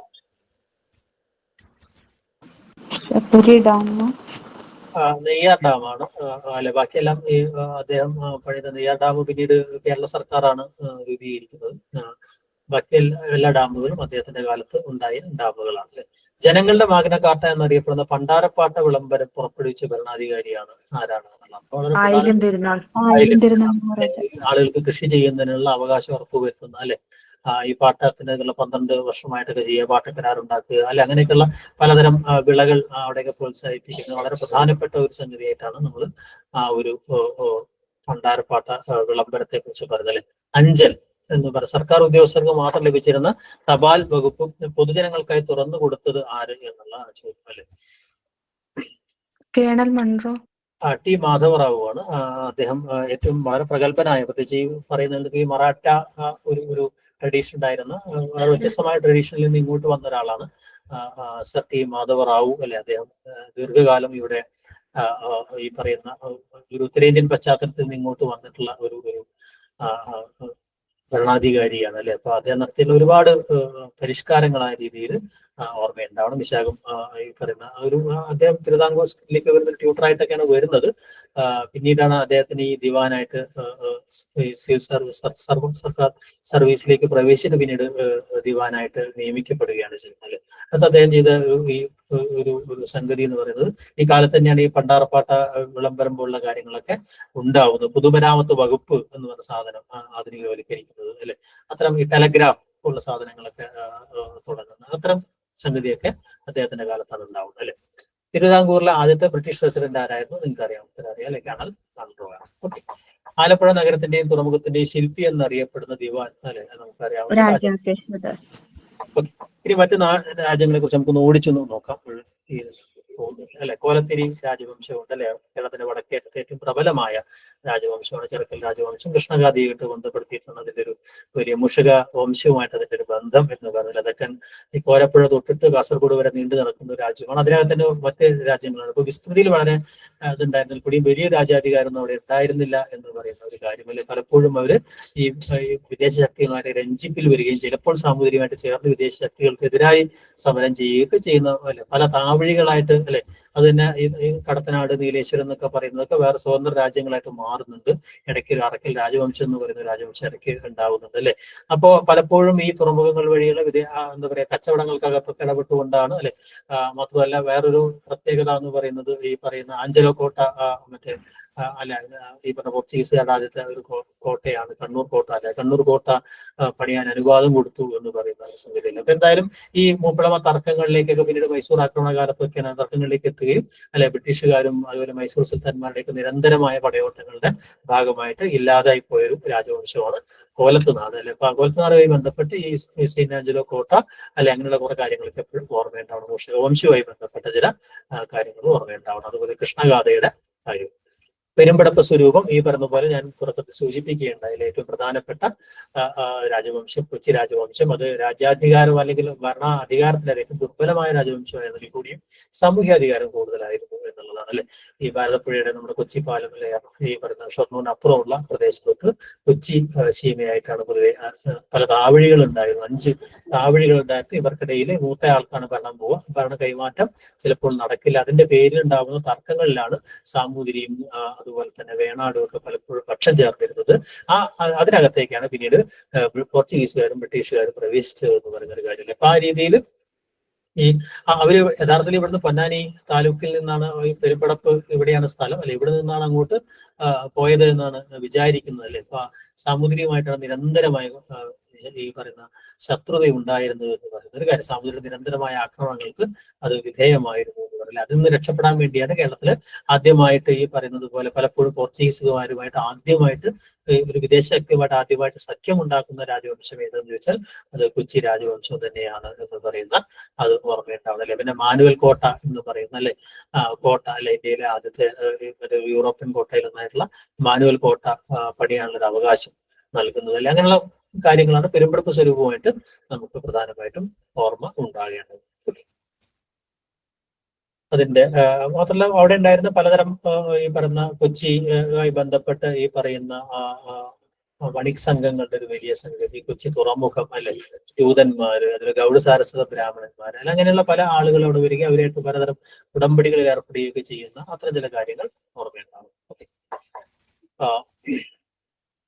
അതിന്റെ ഒരു ചരിത്രം, ഒരു നീണ്ടകാല ചരിത്രവും ഉണ്ടല്ലേ. പക്ഷെ ഏറ്റവും ആ ചരിത്രത്തിനകത്തൊക്കെയും മറ്റുള്ള രാജവംശങ്ങളുമായിട്ട് എപ്പോഴും ആഭ്യന്തര കലഹങ്ങളും പുറത്തുള്ള ആക്രമണങ്ങൾക്കിടയിലും ഉഴലുന്ന ഒരു രാജവംശമായിട്ടാണ് ആകെ നമുക്ക് അവിടെ പറയാൻ കഴിയാവുന്ന ഒരു ശക്തനായ രാജാവ് എന്ന് പറയാവുന്ന ഒരാള്, അല്ലെ? ശക്തൻ തമ്പുരാനാണ് എന്നും അറിയാം അല്ലെ. ശക്തൻ തമ്പുരാൻ മാത്രമാണ് അങ്ങനെ ആ രീതിയിൽ നമുക്ക് ചില പ്രത്യേകിച്ച് തൃശ്ശൂര് നഗരത്തിന്റെ ഒരു വികസനം, അതിന്റെ തൃശ്ശൂർ പൂരം പോലുള്ള ചില കാര്യങ്ങൾ അദ്ദേഹം വളരെ നടത്തിയ വളരെ ശക്തമായിട്ടുള്ള ഒരു ക്രൂരനായ ഭരണാധികാരി അദ്ദേഹത്തിന്റെ ശിക്ഷണ നടപടികൾ അല്ലെ, അങ്ങനെയൊക്കെയുള്ള കാര്യങ്ങൾ അവിടെ ഓർമ്മ ഉണ്ടാവണം അല്ലെ. ശക്തൻ തമ്പുരാനുമായി ബന്ധപ്പെട്ട പ്രധാനപ്പെട്ട പോയിന്റ്സ് അല്ലെ. അതിൽ ഏറ്റവും പ്രധാനം തൃശ്ശൂർ പൂരം ആരംഭിച്ച ഒരാൾ എന്ന് പറയുന്ന ഒരു സംഗതിയാണ് അല്ലെ. കുഴൽമാണിക്യ ക്ഷേത്രത്തിന്റെ പുനരുദ്ധാരണം പോലെ ചില സംഗതികൾ അല്ലെ. അപ്പൊ അങ്ങനെയൊക്കെയുള്ള ഒരു തരം ഒരു ഹിന്ദു ഒരു ബാനറിനകത്ത് വരുന്ന ഒരാളായിരുന്നു ശക്തൻ തമ്പുരാൻ എന്നുള്ളത് അല്ലെ. അപ്പൊ തൃശ്ശൂർ പൂരവുമായി ബന്ധപ്പെട്ട ഒരു കാര്യമല്ല. അതിനു മുമ്പ് ആ പൂരത്തിന്റെ പേര് എന്തായിരുന്നു അല്ലെ? എന്തായിരുന്നു തൃശ്ശൂർ പൂരത്തിന്റെ പേര്? അതിന് മുമ്പുണ്ടായിരുന്നു അല്ലെ, ആറാട്ടുപുഴ പൂരം എന്നാണ്. അത് ആറാട്ടുപുഴ പൂരത്തെയാണ് അവിടെ ഉണ്ടായിരുന്ന പല പൂരങ്ങളെയൊക്കെ ചേർത്ത് പിടിച്ചുകൊണ്ടാണ് ഈ വലിയ മഴ, ഒരു കനത്ത മഴ കാരണം ആറാട്ടുപുഴ പൂരം നടക്കാൻ അല്ലെ, ഈ പറഞ്ഞ അത് എത്താൻ അങ്ങനത്തെ സാഹചര്യത്തിനകത്താണ് ഈ പറയുന്ന ഈ 1796 അദ്ദേഹം തൃശ്ശൂർ ഒരു പുതിയ പൂരം അല്ലെ, വടക്കുന്നാഥനെ കേന്ദ്രീകരിച്ചുകൊണ്ട്, ശിവനെ കേന്ദ്രീകരിച്ചുകൊണ്ട് ഈ പറയുന്ന 10 ക്ഷേത്രങ്ങളെയും അവിടുത്തെ ദേവതകളെയൊക്കെ കണക്ട് ചെയ്തുകൊണ്ടുള്ള വലിയൊരു പൂരം എന്ന് പറയുന്ന ഒരു സാധനത്തെ അതാണ് തൃശ്ശൂർ പൂരമായിട്ട് പിന്നീട് മാറിയത് എന്ന് പറയുന്ന കാര്യം ഓർമ്മ ഉണ്ടാവും. നെടിയിരുപ്പ് സ്വരൂപ സാമൂതിരിമാരുമായി ബന്ധപ്പെട്ട് വളരെ പ്രധാനപ്പെട്ട, മലപ്പുറത്ത് അങ്ങോട്ട് തുറമുഖം തേടിയിട്ടാണ് കോഴിക്കോട്ടേക്ക് അവരെത്തുന്നത് അല്ലെ. ഈ അവസാനത്തെ പെരുമാൾ അല്ലെ, ഈ പറയുന്ന രണ്ട് പടയാളികൾക്ക് ഈ പറയുന്ന വാളും ശംഖും ഒക്കെ നൽകിയിട്ട് അല്ലെ, ചത്തും കൊന്നും നേടിക്കൊള്ളുക എന്നൊക്കെ പറയുന്ന രീതിയിൽ അങ്ങനെയാണ് ഈ രാജവംശം ഉണ്ടാവുന്നത് പറയുന്ന ചില ഏറാടിമാർ അല്ലെ, അവരുമായി ബന്ധപ്പെട്ട് ക്ഷത്രിയന്മാരായ വിഭാഗം തന്നെയാണ്. അവരുടെ താവഴികൾ, അത്ര ചില കാര്യങ്ങൾ ഓർമ്മയുണ്ടാവണം അല്ലെ. പലപ്പോഴും അവര് രാജ്യാധികാരത്തിലേക്ക് വരികയും അല്ലെങ്കിൽ പിൻവാങ്ങുകയൊക്കെ ചെയ്യുന്ന ഒരു ഘട്ടം ഉണ്ടാവുന്നുണ്ട്. ക്രമേണ ഈ പറയുന്ന അവർ കോഴിക്കോട് എത്തുന്നതോടുകൂടിയാണ്, തുറമുഖത്തിലേക്ക് ഒരു ഓപ്പണിംഗ് കിട്ടുന്നതോടുകൂടി വലിയൊരു രാജ്യമായിട്ട് മാറുന്നത്. പിന്നീട് അവർ ഈ പറയുന്ന വള്ളുവനാട് അല്ലെങ്കിൽ കോലത്തിരിയൊക്കെ ആക്രമിച്ചുകൊണ്ട് കൊച്ചി വരെ എത്തിച്ച് ഒരു പ്രധാനപ്പെട്ട രാജവംശമായിട്ട് ഈ പറയുന്ന ബ്രിട്ടീഷ് അല്ലെങ്കിൽ ഈ ഒരു കൊളോണിയൽ അധിനിവേശത്തിന് തൊട്ട് മുമ്പ് വരെ ഏറ്റവും പ്രധാനപ്പെട്ട പ്രബലമായ രാജവംശമായി ഇവിടെ നിലനിന്നിരുന്ന രാജവംശമാണ് കോഴിക്കോട് രാജ്യം എന്ന് പറയുന്നത് അല്ലെ.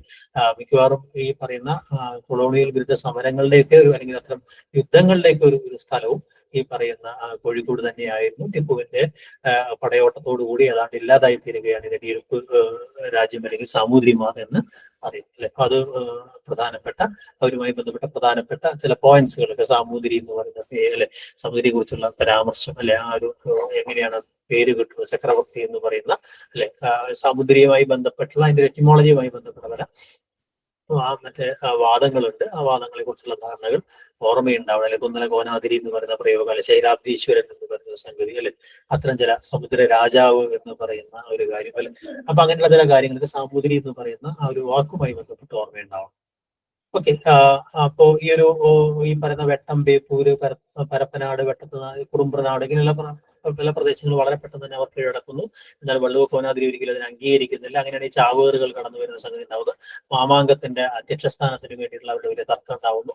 പന്നിയൂർ, ശുകുപുരം ഗ്രാമങ്ങൾ തമ്മിലുമായുള്ള തർക്കത്തിനകത്ത് ഇവര് ഇടപെടുകയും അല്ലെങ്കിൽ പന്നിയൂർ ഗ്രാമത്തിന് കൂടെ നിൽക്കുകയും അങ്ങനെയൊക്കെയുള്ള രീതിയിലേക്ക് കേരളത്തിന്റെ ഒരു സാമൂഹിക അധികാര സ്ഥലത്തേക്ക് ഒരു പ്രധാനപ്പെട്ട രാഷ്ട്രീയ അധികാര ശക്തിയായിട്ട് ഇവർ മാറുന്നതാണ് ഈ ഒരു മധ്യകാലഘട്ടത്തിൽ നമ്മൾ കാണുന്ന പ്രധാനപ്പെട്ട സംഗതി എന്നുള്ളത് അല്ലെ.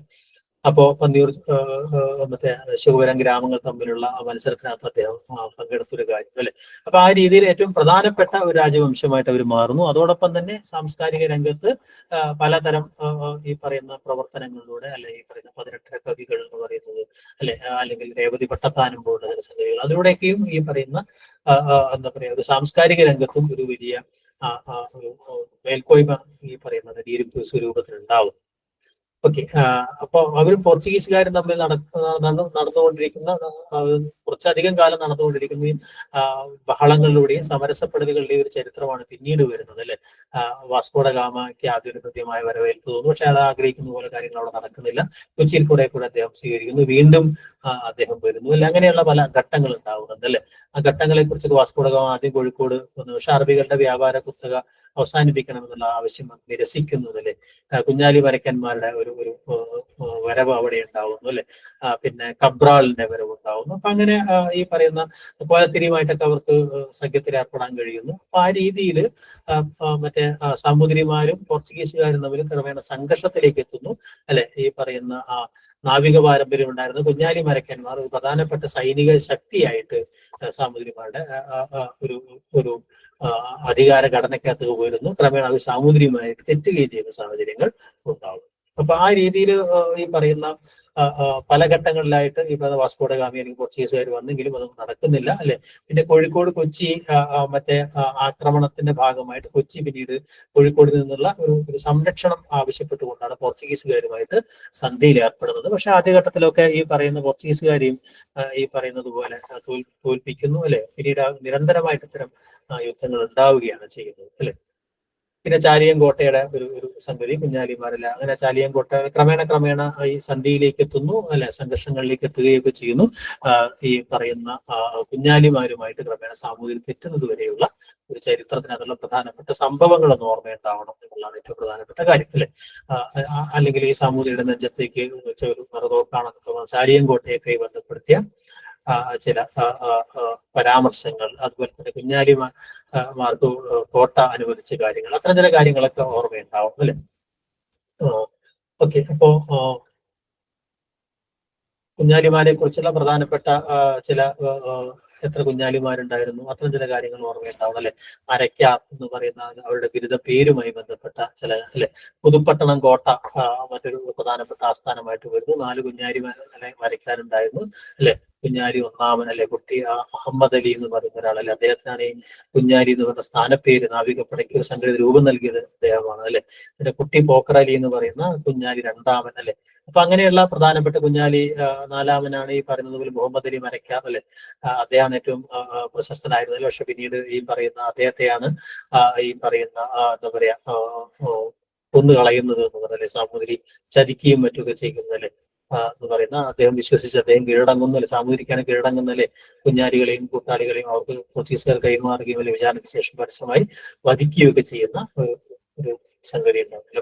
അപ്പൊ കുഞ്ഞാലിമാരുടെ ചരിത്രം, അവരുമായി ബന്ധപ്പെട്ട പ്രധാനപ്പെട്ട സംഭവങ്ങൾ അതെല്ലാം ഓർമ്മയുണ്ടാവണം. ഓക്കെ, ഡച്ചുകാരാണ് പോർച്ചുഗീസുകാരുടെ ആധിപത്യം ഇവിടെ എന്താ പറയാ അവസാനിപ്പിക്കുന്നത് എന്നത് ഡച്ചുകാരാണ്.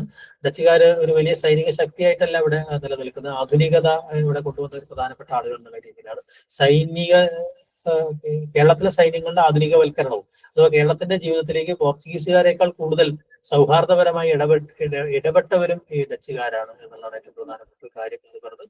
പോർച്ചുഗീസുകാരുടെ ശക്തി ക്ഷയിച്ചപ്പോൾ അവരെ പുറത്താക്കുക എന്ന് പറയുന്ന ലക്ഷ്യത്തോടു കൂടി ആണ് സാമൂതിരിയും ഡച്ചുകാരും തമ്മിൽ സന്ധി ഏർപ്പെടുത്തിക്കൊണ്ട് ഈ പറയുന്ന 1604 ഈ ഡച്ച് ഈസ്റ്റ് ഇന്ത്യ കമ്പനി അങ്ങനെ വ്യാപാര കരാറിലേക്ക് എത്തുകയും ക്രമേണ അവര് ഈ പറയുന്ന പോർച്ചുഗീസുകാരെ ഈ പറഞ്ഞ കൊച്ചി പിടിച്ചടക്കാനുള്ള ശ്രമങ്ങൾ നടത്തുകയും അങ്ങനെ പോർച്ചുഗീസ് ആധിപത്യം അവിടെ അവസാനിപ്പിക്കുകയൊക്കെ ചെയ്യുന്നു അല്ലെ. ക്രമേണ ഡച്ചുകാരുമായിട്ടും ഈ സാമൂതിരി തെറ്റുകയും മറ്റൊക്കെ ചെയ്യുന്നുണ്ട് അല്ലെ. സാമൂതിരി ഇങ്ങനെ ഡച്ചുകാരായിട്ടും പോർച്ചുഗീസുകാരായിട്ടും അതുപോലെ തന്നെ ബ്രിട്ടീഷുകാരായിട്ടും സംഘർഷത്തിൽ ഏർപ്പെടുന്നുണ്ട്, മൈസൂരുമായിട്ടും സംഘർഷത്തിൽ ഏർപ്പെടുന്നുണ്ട് എന്ന് അല്ലെ. മൈസൂർ ആക്രമണമാണ് പക്ഷെ സാമൂതിരിയുടെ അന്ത്യത്തിലേക്ക് നയിക്കുന്ന ഹൈദറിന്റെയും ടിപ്പുവിന്റെയും കാലത്തുണ്ടായിരുന്ന മൈസൂർ ആക്രമണത്തോടു കൂടിയാണ് ഈ സാമൂതിരി ഇതുപോലെ തന്റെ കുടുംബങ്ങളെ അവിടെ നിന്ന് മാറ്റി പാർപ്പിച്ചാല് തീ കൊളുത്തി ആത്മഹത്യ ചെയ്തു എന്നാണ് പറയുന്നത് അല്ലെ. പിന്നീട് സാമൂതിരിയുടെ ഈ ഒരു ഇത് ബ്രിട്ടീഷ് സീമയിലേക്ക് ചേരുന്നത് ഈ പറഞ്ഞ ശ്രീരംഗപട്ടണം സന്ധിയോടുകൂടി പറയുന്ന ബ്രിട്ടീഷുകാരുമായിട്ട് ഉണ്ടാവുന്ന സന്ധിയോടുകൂടി മലബാർ മുഴുവൻ ബ്രിട്ടീഷ് അധീനതയിലേക്ക് മാറുകയാണ് ചെയ്യുന്നത് എന്നുള്ളത്. അപ്പൊ ടിപ്പു സുൽത്താനുമായി ബന്ധപ്പെട്ട കുറെ ചോദ്യങ്ങൾ അങ്ങനെ ഉണ്ടാവാം. പരിഷ്കരണമല്ല ആധുനിക മലബാറിന്റെ സൃഷ്ടാവ് എന്ന രീതിയിൽ അല്ലെ ഇവിടെ പലതരം നികുതി സമ്പ്രദായം അല്ലെങ്കിൽ കാർഷിക രംഗത്തിലുള്ള പരിഷ്കരണങ്ങൾ നടത്തിയത്, പാലങ്ങൾ പണിഞ്ഞത്, അല്ല അങ്ങനെയുള്ള കുറെ കാര്യങ്ങളൊക്കെ ടിപ്പു സുൽത്താന്റെ ആക്രമണവുമായി ബന്ധപ്പെടുത്തി ചില ചോദ്യങ്ങൾ അവിടെ ഉണ്ടാവാം, അത് ഓർമ്മയുണ്ടാവണം അല്ലെ. അതുപോലെ തന്നെ സാമൂതിരിമാർ ബ്രിട്ടീഷുകാരുമായി നടത്തിയ സമരങ്ങൾ, അങ്ങനെയുള്ള സാമൂതിരിയുമായി ബന്ധപ്പെട്ട കുറച്ച് ചോദ്യങ്ങൾ അവിടെ ഓർമ്മയുണ്ടാവണം. ഓക്കെ, 18 കവികളും രേവതി പട്ടത്താനവും സാമൂതിരിയുമായി ബന്ധപ്പെട്ട് ഞാൻ നേരത്തെ പറഞ്ഞ 18 കവികൾ ആരാണ്, അരക്കവി എന്ന് പറയുന്നത് അല്ലെ. അതുമായി ബന്ധപ്പെട്ട് ഉദ്ദണ്ഡ ശാസ്ത്രികളും അല്ലെ, അതുപോലെ കേരളീയനായ കാക്കശ്ശേരി ഭട്ടതിരി അല്ലെ, ഇങ്ങനെയുള്ള ചില കാര്യങ്ങളൊക്കെ അതിനകത്ത് അവരുടെ ചില കൃതികളെ കുറിച്ചുള്ള ചില ചോദ്യങ്ങൾ വരാം മലയാളമായതുകൊണ്ട് അല്ലെ. അപ്പൊ അങ്ങനെയുള്ള ചില അരജൻ ലോപിച്ചിട്ടാണ് അരയായത് എന്നൊക്കെയുള്ള ചില വാദമുണ്ട് അല്ലെ. ഭാഷാകവി എന്ന രീതിയിൽ പിന്നെ നമ്പൂതിരിയാണ് അത് കാണിക്കുന്നത് എന്ന് പറയുന്ന വാദമുണ്ട് അല്ലെ. പിന്നെ മറ്റൊരു സംഗതിയാണ് ഈ പറഞ്ഞതുപോലെ ഈ പറയുന്ന തുലാം മാസത്തിലെ രേവതി നാളിൽ തുടങ്ങുന്ന 7 ദിവസത്തെ ഈ പറയുന്ന പാണ്ഡിത്യ പരീക്ഷ, അതിനകത്ത് ഈ പട്ടസ്ഥാനം കിട്ടുന്നതുമായി ബന്ധപ്പെട്ട ഈ പട്ടം ദാനം ചെയ്യുക എന്ന് പറയുന്ന ഒരു സാധനം അല്ലെ. അപ്പൊ അതൊക്കെ എങ്ങനെയാണ് ഈ സാമൂതിരിക്ക് ഒരു സാംസ്കാരികമായിട്ടുള്ള മണ്ഡലത്തിനകത്ത് കൂടി ഒരു മേൽക്കോയ്മ ഉണ്ടാക്കി കൊടുത്തു തുടങ്ങിയ ചില കാര്യങ്ങൾ ഓർമ്മയുണ്ടാവാം അല്ലെ. പിന്നെ കൃഷ്ണനാട്ടം എന്ന് പറയുന്ന ഒരു കലാരൂപവുമായി ബന്ധപ്പെട്ട സാമൂതിരി വളരെ പ്രധാനമാണ് അല്ലെ. മാനവേദനാണ് കൃഷ്ണനാട്ടം ചിട്ടപ്പെടുത്തിയതിൽ അഷ്ടപടി ആട്ടത്തിൽ വികസിച്ചതാണ്. കഥകളിക്ക് മുമ്പുണ്ടായിരുന്ന വളരെ പ്രധാനപ്പെട്ട ഒരു കലാരൂപമായിട്ടല്ലേ 8 ഭാഗങ്ങളായിട്ട് അല്ലെ. സംസ്കൃതമാണ് അതിന്റെ സംഗതി. കൃഷ്ണഗീതി എന്ന് പറഞ്ഞ കാവ്യമാണ് ഉപയോഗിക്കുന്നത്. അപ്പൊ കൃഷ്ണനാട്ടത്തിലെ 8 ഭാഗങ്ങൾ ഏതൊക്കെയാണെന്നുള്ള ചോദ്യങ്ങൾ ഉണ്ടാവാം അല്ലെ. അപ്പോ അത് ഓർമ്മയുണ്ടാവണം. കൃഷ്ണനാട്ടുമായി ബന്ധപ്പെട്ട കാര്യങ്ങൾ ഓർമ്മയുണ്ടാവണം അല്ലെ. അത് ഈ പറഞ്ഞ മറ്റു പ്രദേശങ്ങളിൽ ഈ സാമൂതിരി കുടുംബങ്ങളിലോ അല്ലെങ്കിൽ ഗുരുവായൂർ ക്ഷേത്രത്തിലോ മാത്രമാണ് ഈ കൃഷ്ണനാട്ടം പ്രദർശിപ്പിക്കുക എന്ന് പറയുന്ന ഒരു കാര്യമില്ല. അങ്ങനെയാണ് ഈ രാമനാട്ട രൂപം പെടുത്താനുള്ള സാഹചര്യം അങ്ങനെയാണ് ഉണ്ടാവുന്നത് എന്നുള്ള കാര്യങ്ങൾ ഓർമ്മയുണ്ടാവും. ഇതേ കാലഘട്ടത്തിൽ തന്നെ ഉണ്ടാവുന്ന ക്രിസ്ത്യൻ സമൂഹവുമായി ബന്ധപ്പെട്ട 2 പ്രധാനപ്പെട്ട സംഗതികളാണ്. പ്രത്യേകിച്ച് കൊളോണിയൽ അധിനിവേശവുമായി ബന്ധപ്പെടുത്തി നമുക്ക് പറയാം അല്ലെ. സംഗതിയാണ് ഈ ഉദയംപേരൂർ സുനഹദോസും അതുപോലെ തന്നെ പൂനംകുരിശ് കലാപവും എന്നുള്ളത് ഓർമ്മയുണ്ടാവണം അല്ലെ. അപ്പൊ അത് എങ്ങനെയാണ് ഈ ഉദയംപേരൂർ സുനഹദോസ് എന്ന് പറയുന്ന സംഗതി ഈ പറയുന്ന ഗോവയിൽ ആർച്ച് ബിഷപ്പായിരുന്ന അലക്സിസ് ഡി മെനസിസ് കേരളത്തിലെ സുറിയാനി ക്രിസ്ത്യാനികളെ ലത്തീൻ ക്രമത്തിലേക്ക് മാറ്റുന്നതിന് വേണ്ടി പോർച്ചുഗീസുകാരുടെ ഒരു പിൻബലത്തോടു കൂടി ചെയ്ത ഒരു ശ്രമമാണ് അല്ലെ. അപ്പൊ അത് അതുമായി ബന്ധപ്പെട്ട ചില ആരാണ് അധ്യക്ഷത വഹിച്ചത്, എത്ര പ്രതിനിധികൾ പങ്കെടുത്തു, അങ്ങനെയുള്ള ചില കാര്യങ്ങളൊക്കെ എന്തൊക്കെയായിരുന്നു എന്റെ ലക്ഷ്യം നേരത്തെ വിശദീകരിച്ചു കഴിഞ്ഞ കാര്യമാണ്. അത്തരം കാര്യങ്ങൾ ഓർമ്മയുണ്ടാവും അല്ലെ. ഇപ്പൊ പൂനംകുരിശ് കലാപം ഇതുമായി ബന്ധപ്പെട്ട് പിന്നീട് ഉണ്ടാകുന്ന ഒരു സംഗതിയാണ്. 1653 ജനുവരി 3-നാണ് ഈ മട്ടാഞ്ചേരിയിലെ പഴയ പള്ളിയിൽ അല്ലെ ഈ പറയുന്ന മാർത്തോമ നസ്രാണികൾ പോർച്ചുഗീസ് ആധിപത്യത്തിന്റെയും ജെസ്യൂട്ട് വാദികൾക്കെതിരെ എടുത്തൊരു പ്രതിജ്ഞയാണ് ഈ പറഞ്ഞ പൂനംകുരിശ് സത്യം എന്ന് പറയുന്നത് അല്ലെ. അവിടെ ആറ്റല്ല എന്ന് പറയുന്ന അല്ലെ ഈ ബാബിലോണിയയിലെ പാത്രിയാർ കേസിനോട് തങ്ങൾക്ക് ഒരാളെ ബിഷപ്പിനെ വേണമെന്ന് പറഞ്ഞപ്പോൾ ആറ്റലെ അയച്ചു. ആറ്റലെ തടഞ്ഞു വെച്ചു, ആറ്റലെ കൊല്ലപ്പെട്ടു എന്നൊക്കെ പറഞ്ഞ വാർത്ത പറഞ്ഞപ്പോഴാണ് ഇവർ സംഘം ചേർന്ന് ഈ പറയുന്ന ഒരു പുത്തൻകൂറ്റുകാർ എന്നാണ് പിന്നീട് അറിയപ്പെട്ടത് എന്ന് പറയുന്നത് അല്ലെ. അങ്ങനെ പഴയ കൂറ്റുകാരും പുത്തൻ കൂറ്റുകാരുമായിട്ട് കേരളത്തിലെ ക്രൈസ്തവ സഭ 2ആയിട്ട് പിളരുന്നതും അതോടൊപ്പം തന്നെ അധിനിവേശ താല്പര്യങ്ങളെ ക്രിസ്തീയ സഭയ്ക്കകത്ത് തദ്ദേശീയ ക്രിസ്ത്യാനിറ്റി നടത്തിയ ഒരു വലിയ സമരമായിട്ട് സംഘടിതമായ വൈദേശിക താല്പര്യങ്ങൾക്കെതിരായിട്ടുള്ള ഒരു ചെറുത്തു നിൽപ്പായിട്ട് പോലും നമ്മൾ ഈ പറയുന്ന പൂനംകുരിശ് കലാപം വളരെ പ്രധാനപ്പെട്ട ഒരു സംഭവമായിട്ട് വരുന്നുണ്ട്. അപ്പൊ അതുമായി ബന്ധപ്പെട്ട കുറെ സംഭവങ്ങൾ ഓർമ്മ ഉണ്ടാവണം. ഏതൊക്കെ സഭകളായിട്ടാണ് പിന്നീട് മാറിയത് എന്ന് പറയുന്ന കാര്യവും ഓർമ്മയുണ്ടാവും. ഓക്കെ. ഡച്ചുകാരുമായി ബന്ധപ്പെടുത്തി കുറെ കാര്യങ്ങൾ കാലഘട്ടത്തിൽ ഡച്ച് ഭരണാവസാനം സംഭവിക്കുന്നില്ലേ. അത് കുളച്ചൽ യുദ്ധമാണ് നമ്മൾ നേരത്തെ പറഞ്ഞു കഴിഞ്ഞു. പോർച്ചുഗീസുകാർക്ക് ശേഷം ഇവിടെ ആധിപത്യം സ്ഥാപിച്ച ശക്തി എന്ന നിലയിൽ കേരളത്തിൽ വലിയ പ്രത്യേകിച്ച് തെങ്ങ് കൃഷിയൊക്കെ പ്രചരിപ്പിക്കുമ്പോഴുള്ള ചില കാര്യങ്ങൾ, തോട്ടവിളകൾ, സുഗന്ധ വ്യഞ്ജനങ്ങൾ, കേരളത്തിന്റെ ഒരു തോട്ടവൽക്കരണം എന്ന് പറയുന്നത് പ്രത്യേകിച്ച് നമ്മുടെ ഹൈ റേഞ്ച് ഏരിയയിലൊക്കെ തോട്ടങ്ങളാക്കി മാറ്റുന്നതിനകത്ത് ഏറ്റവും പ്രധാനപ്പെട്ട പങ്ക് വഹിച്ച ഒരു 130 വർഷക്കാലം അല്ലെ വലിയ പങ്ക് വഹിച്ച ഒരാൾ എന്താ പറയാ ഈ പറയുന്ന പല മണ്ഡലങ്ങളിൽ സ്വാധീനം ചെലുത്തിയ ഒരു വിഭാഗമാണ് ഈ പറയുന്ന ഡച്ച് അധിനിവേശം എന്ന് പറയുന്നത് അല്ലെ. അപ്പൊ അവര് ഈ പറയുന്ന പിന്നെ നമുക്കറിയാവുന്നതുപോലെ ഈ ഓർത്തോസ് മലബാറിക്കസ് പോലുള്ള കാര്യങ്ങളും അവരുമായിട്ട് ബന്ധപ്പെടുത്തി ഓർക്കേണ്ട കാര്യങ്ങളാണല്ലേ. കുളച്ചൽ യുദ്ധം 1741 കുളച്ചൽ യുദ്ധം, ഡിലനോയ് എന്ന് പറയുന്നത് നേരത്തെ അത് പറഞ്ഞു അല്ലെ. പിന്നെ നേരത്തെ പറഞ്ഞ പോലെ ഓർത്തോസ് മലബാറിക്കസ് അവരുടെ ഏറ്റവും വലിയ ഒരു സംഭാവന എന്ന രീതിയിൽ ഡച്ചുകാരുമായി ബന്ധപ്പെടുത്തി ഏറ്റവും പ്രധാനമായ ഒരു സംഗതിയാണ് ഓർത്തോസ് മലബാറിക്കസ് എന്ന് പറയുന്നത് അല്ലെ. അതിന്റെ വിശദാംശങ്ങൾ നേരത്തെ ഗദ്യ സാഹിത്യത്തിനകത്ത് നമ്മൾ പറഞ്ഞതാണ്. ഇവിടെ ഉണ്ടായിരുന്ന കൊച്ചി രാജവംശമാണ് അതിന് വേണ്ട പിന്തുണയൊക്കെ കൊടുത്തത് അല്ലെ. രംഗഭട്ട്, വിനായകഭട്ട്, അപ്പുഭട്ട്, അതോടൊപ്പം തന്നെ ഇട്ടി അച്യുതൻ എന്ന് പറയുന്ന കേരളീയനായ ഒരു വൈദികൻ മലയാള ലിപി ആദ്യമായിട്ട് വന്ന കാര്യം അല്ലെ. അങ്ങനെയുള്ള കുറെ കാര്യങ്ങൾ ഇതുമായി ബന്ധപ്പെടുത്തിയ നമുക്ക് ഓർമ്മയുണ്ടാവും. ഓക്കെ.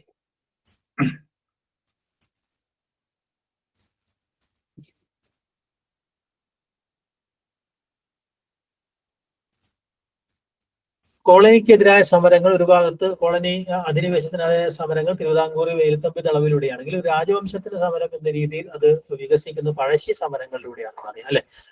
ബ്രിട്ടീഷുകാർക്കെതിരാണ് ആ സമരം ഉണ്ടാകുന്നത്. ഉണ്ടാവുന്നു പഴശ്ശി സമരങ്ങൾ അല്ലെ. അത് പല ഘട്ടങ്ങളിലായിട്ടുണ്ടാവുന്ന ഒരു സമരമാണ്. ഒളിപ്പോരാളികളെ ഒക്കെ ഉപയോഗിക്കുന്നത്, ആദിവാസികളായ അല്ലെങ്കിൽ അത്തരം വിഭാഗങ്ങളുടെ ആ സമരത്തിൽ പങ്കെടുക്കുന്നതിനെ കുറിച്ച് ചരിത്രം. കേവലം അത് ആരാണ് സാമന്തന്മാരാകേണ്ടത് എന്ന്, ആർക്കാണ് ഈ പറയുന്ന ഭരണാധികാരം എന്നുള്ളതിനെ സംബന്ധിച്ച് ചെറിയ തർക്കത്തിലേക്കാണ് അത് ഈ പറയുന്ന കുറുമ്പ്രനാട്ട് മറ്റേ രാജാവും ഈ കോട്ടയം പഴശ്ശിയും തമ്മിൽ ചെറിയ തർക്കത്തിൽ നിന്നാണ് അത് ഈ പറയുന്ന തുടങ്ങുന്നത് എന്ന് നമുക്കറിയാം. അതിനു മുമ്പ് പലപ്പോഴും ഈ പറയുന്ന മൈസൂർ യുദ്ധത്തിലൊക്കെ ഈ പറയുന്ന ബ്രിട്ടീഷുകാരുമായിട്ട് ചേർന്നിട്ടായിരുന്നു പഴശ്ശിരാജ ഉണ്ടായിരുന്നതെന്ന് പറയുന്ന ഒരു കാര്യം നമുക്ക് ഓർമ്മയുണ്ട്. അല്ലെങ്കിൽ കേരള സിംഹം എന്ന് അദ്ദേഹത്തെ വിളിക്കുന്നത് KM പണിക്കരാണ്. അല്ലെ ഈ പറഞ്ഞ പോലെ അത് കൃതി വന്നതിനെ കുറിച്ചൊക്കെ നമ്മൾ ഇതിനകത്ത് പറയണ്ടായി. ഓക്കെ, അപ്പൊ ആ രീതിയിൽ ഈ ശ്രീരംഗപട്ടണം ഉടമ്പടിയുമായി ബന്ധപ്പെടുത്തി അല്ലെ ഈ മലബാർ മൊത്തം ബ്രിട്ടീഷുകാരുടെ നിയന്ത്രണത്തിലാവുന്നത് നേരത്തെ നമ്മൾ സാമൂതിരിമാരുടെ ഒരു പതനം എന്ന് പറയുന്ന ഒരു ഘട്ടത്തിൽ നിന്നാണ് യഥാർത്ഥ പഴശ്ശി വിപ്ലവം തുടങ്ങുന്നത് 1792 അല്ലെ. 93 തൊട്ടിട്ടാണ് ഒന്നാം ഈ പഴശ്ശി വിപ്ലവം എന്ന് പറയുന്ന ഒരു കാര്യം അല്ലെ. അത് നികുതി പിരിക്കാനുള്ള ഒരു അവകാശം ഈ പറഞ്ഞ കോട്ടയം മേഖലയിൽ നികുതി പിരിക്കാനുള്ള ഒരു അവകാശം തങ്ങൾക്ക് നൽകാതിരിക്കാതെ അമ്മാവനായ കുറുമ്പനാട് രാജാവിന് കൊടുക്കുന്നതിനായിട്ടുള്ള ഒരു വഞ്ചനയായി കണ്ടുകൊണ്ടാണ് ഈ സമരം ആരംഭിക്കുന്നത് എന്ന് പറയില്ല. ഒരുതരം ഗറില്ല യുദ്ധം പറയായിരുന്നു അതിനകത്ത് ഉണ്ടായിരുന്നത് അല്ലെ. വയനാടൻ കാടുകളായിരുന്നു അതിനകത്ത് അദ്ദേഹം ഉപയോഗിച്ച് തുടങ്ങിയ കാര്യങ്ങൾ അല്ലെ. പിന്നെ അത് വീണ്ടും സന്ധ്യയാവുന്നു, രണ്ടാം പഴശ്ശി വിപ്ലവം ഉണ്ടാവുന്നു അല്ലെ. അങ്ങനെ രണ്ടാം പഴശ്ശി വിപ്ലവം ത്തിനകത്ത് ഈ പറയുന്നത് പോലെ അദ്ദേഹത്തിന് പ്രധാനപ്പെട്ട സഹായികളായിരുന്ന ആളുകളുടെ പേരുകളൊക്കെ തലക്കൽ ചന്തു അല്ലെങ്കിൽ ഇടച്ചേന പൊങ്കൻ പോലുള്ള അല്ലെ. അതിനകത്ത് സഹായികളായിരുന്ന ആദിവാസി വിഭാഗങ്ങൾ ആരായിരുന്നു? കുറിച്യർ, കുറുമ്പർ തുടങ്ങിയ ആദിവാസി വിഭാഗങ്ങൾ അതിനകത്ത് ഉണ്ടായിരുന്നു അല്ലെ. പിന്നീട് ക്രമേണ ഈ പറഞ്ഞ പോലെ മറ്റേ വെല്ലസ്ലിയുടെ നേതൃത്വത്തിൽ അടിച്ചമർത്താനുള്ള ശ്രമങ്ങൾ നടത്തുന്നു അല്ലെ. അങ്ങനെ ക്രമേണ അവസാനം അല്ലെ അദ്ദേഹത്തിന്റെ ബ്രിട്ടീഷുകാരുമായിട്ട് 1905 നടക്കുന്ന ഒരു സമരത്തോടുകൂടി അദ്ദേഹം ഈ വലിയ യുദ്ധത്തിലേക്ക് പോകുന്നു അല്ലെ. ക്രമേണ അദ്ദേഹം വീരമൃത്യു വരിക്കുന്നതുമായി ബന്ധപ്പെട്ട് അദ്ദേഹത്തിന്റെ സ്മാരകം എവിടെയാണുള്ളത്, അങ്ങനെയുള്ള കുറെ ചോദ്യങ്ങളാണ് ആ മേഖലയിൽ നിന്ന് പ്രധാനമായിട്ടും വരിക. അത് ഓർമ്മയുണ്ടാവും. ഓക്കെ, അതുമായി ബന്ധപ്പെട്ട പ്രധാനപ്പെട്ട ആശയങ്ങൾ. ഇപ്പോൾ ഈ ഒരു കാലഘട്ടം എന്ന് പറയുന്നത് മലബാർ പൂർണ്ണമായും ഈ മദ്രാസ് എന്ന് പറയുന്ന സ്റ്റേറ്റ് ആയിട്ടിന്റെ ഭാഗമായിട്ട് ഒരു പ്രവിശ്യ മാത്രമായി മാറുന്ന, ഡിസ്ട്രിക്റ്റ് ആയിട്ട് മാറുന്ന ഒരു ഘട്ടത്തിനകത്താണ് ബ്രിട്ടീഷുകാരുടെ നേതൃത്വത്തിലുണ്ടാകുന്ന പലതരം പരിഷ്കരണങ്ങൾ അല്ലെ. വോട്ട് കമ്പനി പോലുള്ള സംഗതികൾ അല്ലെ.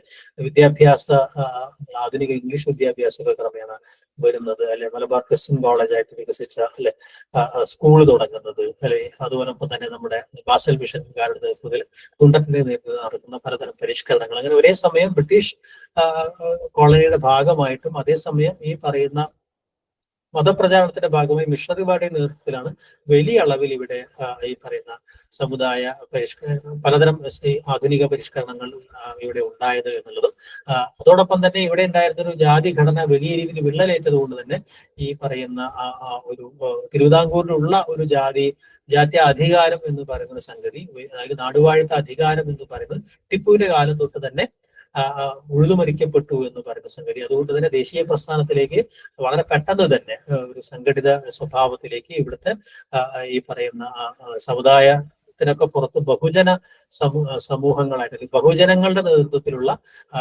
രാഷ്ട്രീയ പ്രസ്ഥാനങ്ങൾ അല്ലെങ്കിൽ ദേശീയ പ്രസ്ഥാനങ്ങൾക്ക് രൂപം കൊള്ളുന്നതിന് മലബാർ കാരണമാകുന്നത് ഒരുപക്ഷെ നിരന്തരമായ കോളനിവൽക്കരണത്തിന്റെയും അതിനെതിരായ യുദ്ധത്തിന്റെയും രാജവംശങ്ങളുടെ തകർച്ചയുടെയും പ്രത്യേകിച്ച് ടിപ്പുവിന്റെ ആക്രമണത്തിലേക്ക് ഒരു കാര്യമായിരുന്നു എന്നുള്ളതാണ്. നമുക്ക് അവസാനിപ്പിക്കാം. പ്രധാനപ്പെട്ട ചില 1-2 ചോദ്യങ്ങൾ കൂടെ ഈ കാലഘട്ടവുമായി ബന്ധപ്പെട്ട്.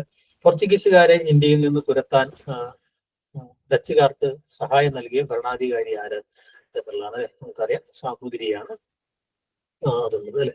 കോഴിക്കോട് ആദ്യമായി ഫാക്ടറി സ്ഥാപിച്ച യൂറോപ്യൻ രാജ്യം അല്ലെ.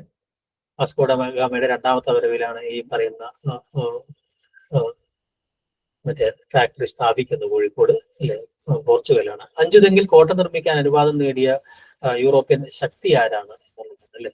അത് തിരുവനന്തപുരത്താണ് അല്ലെ.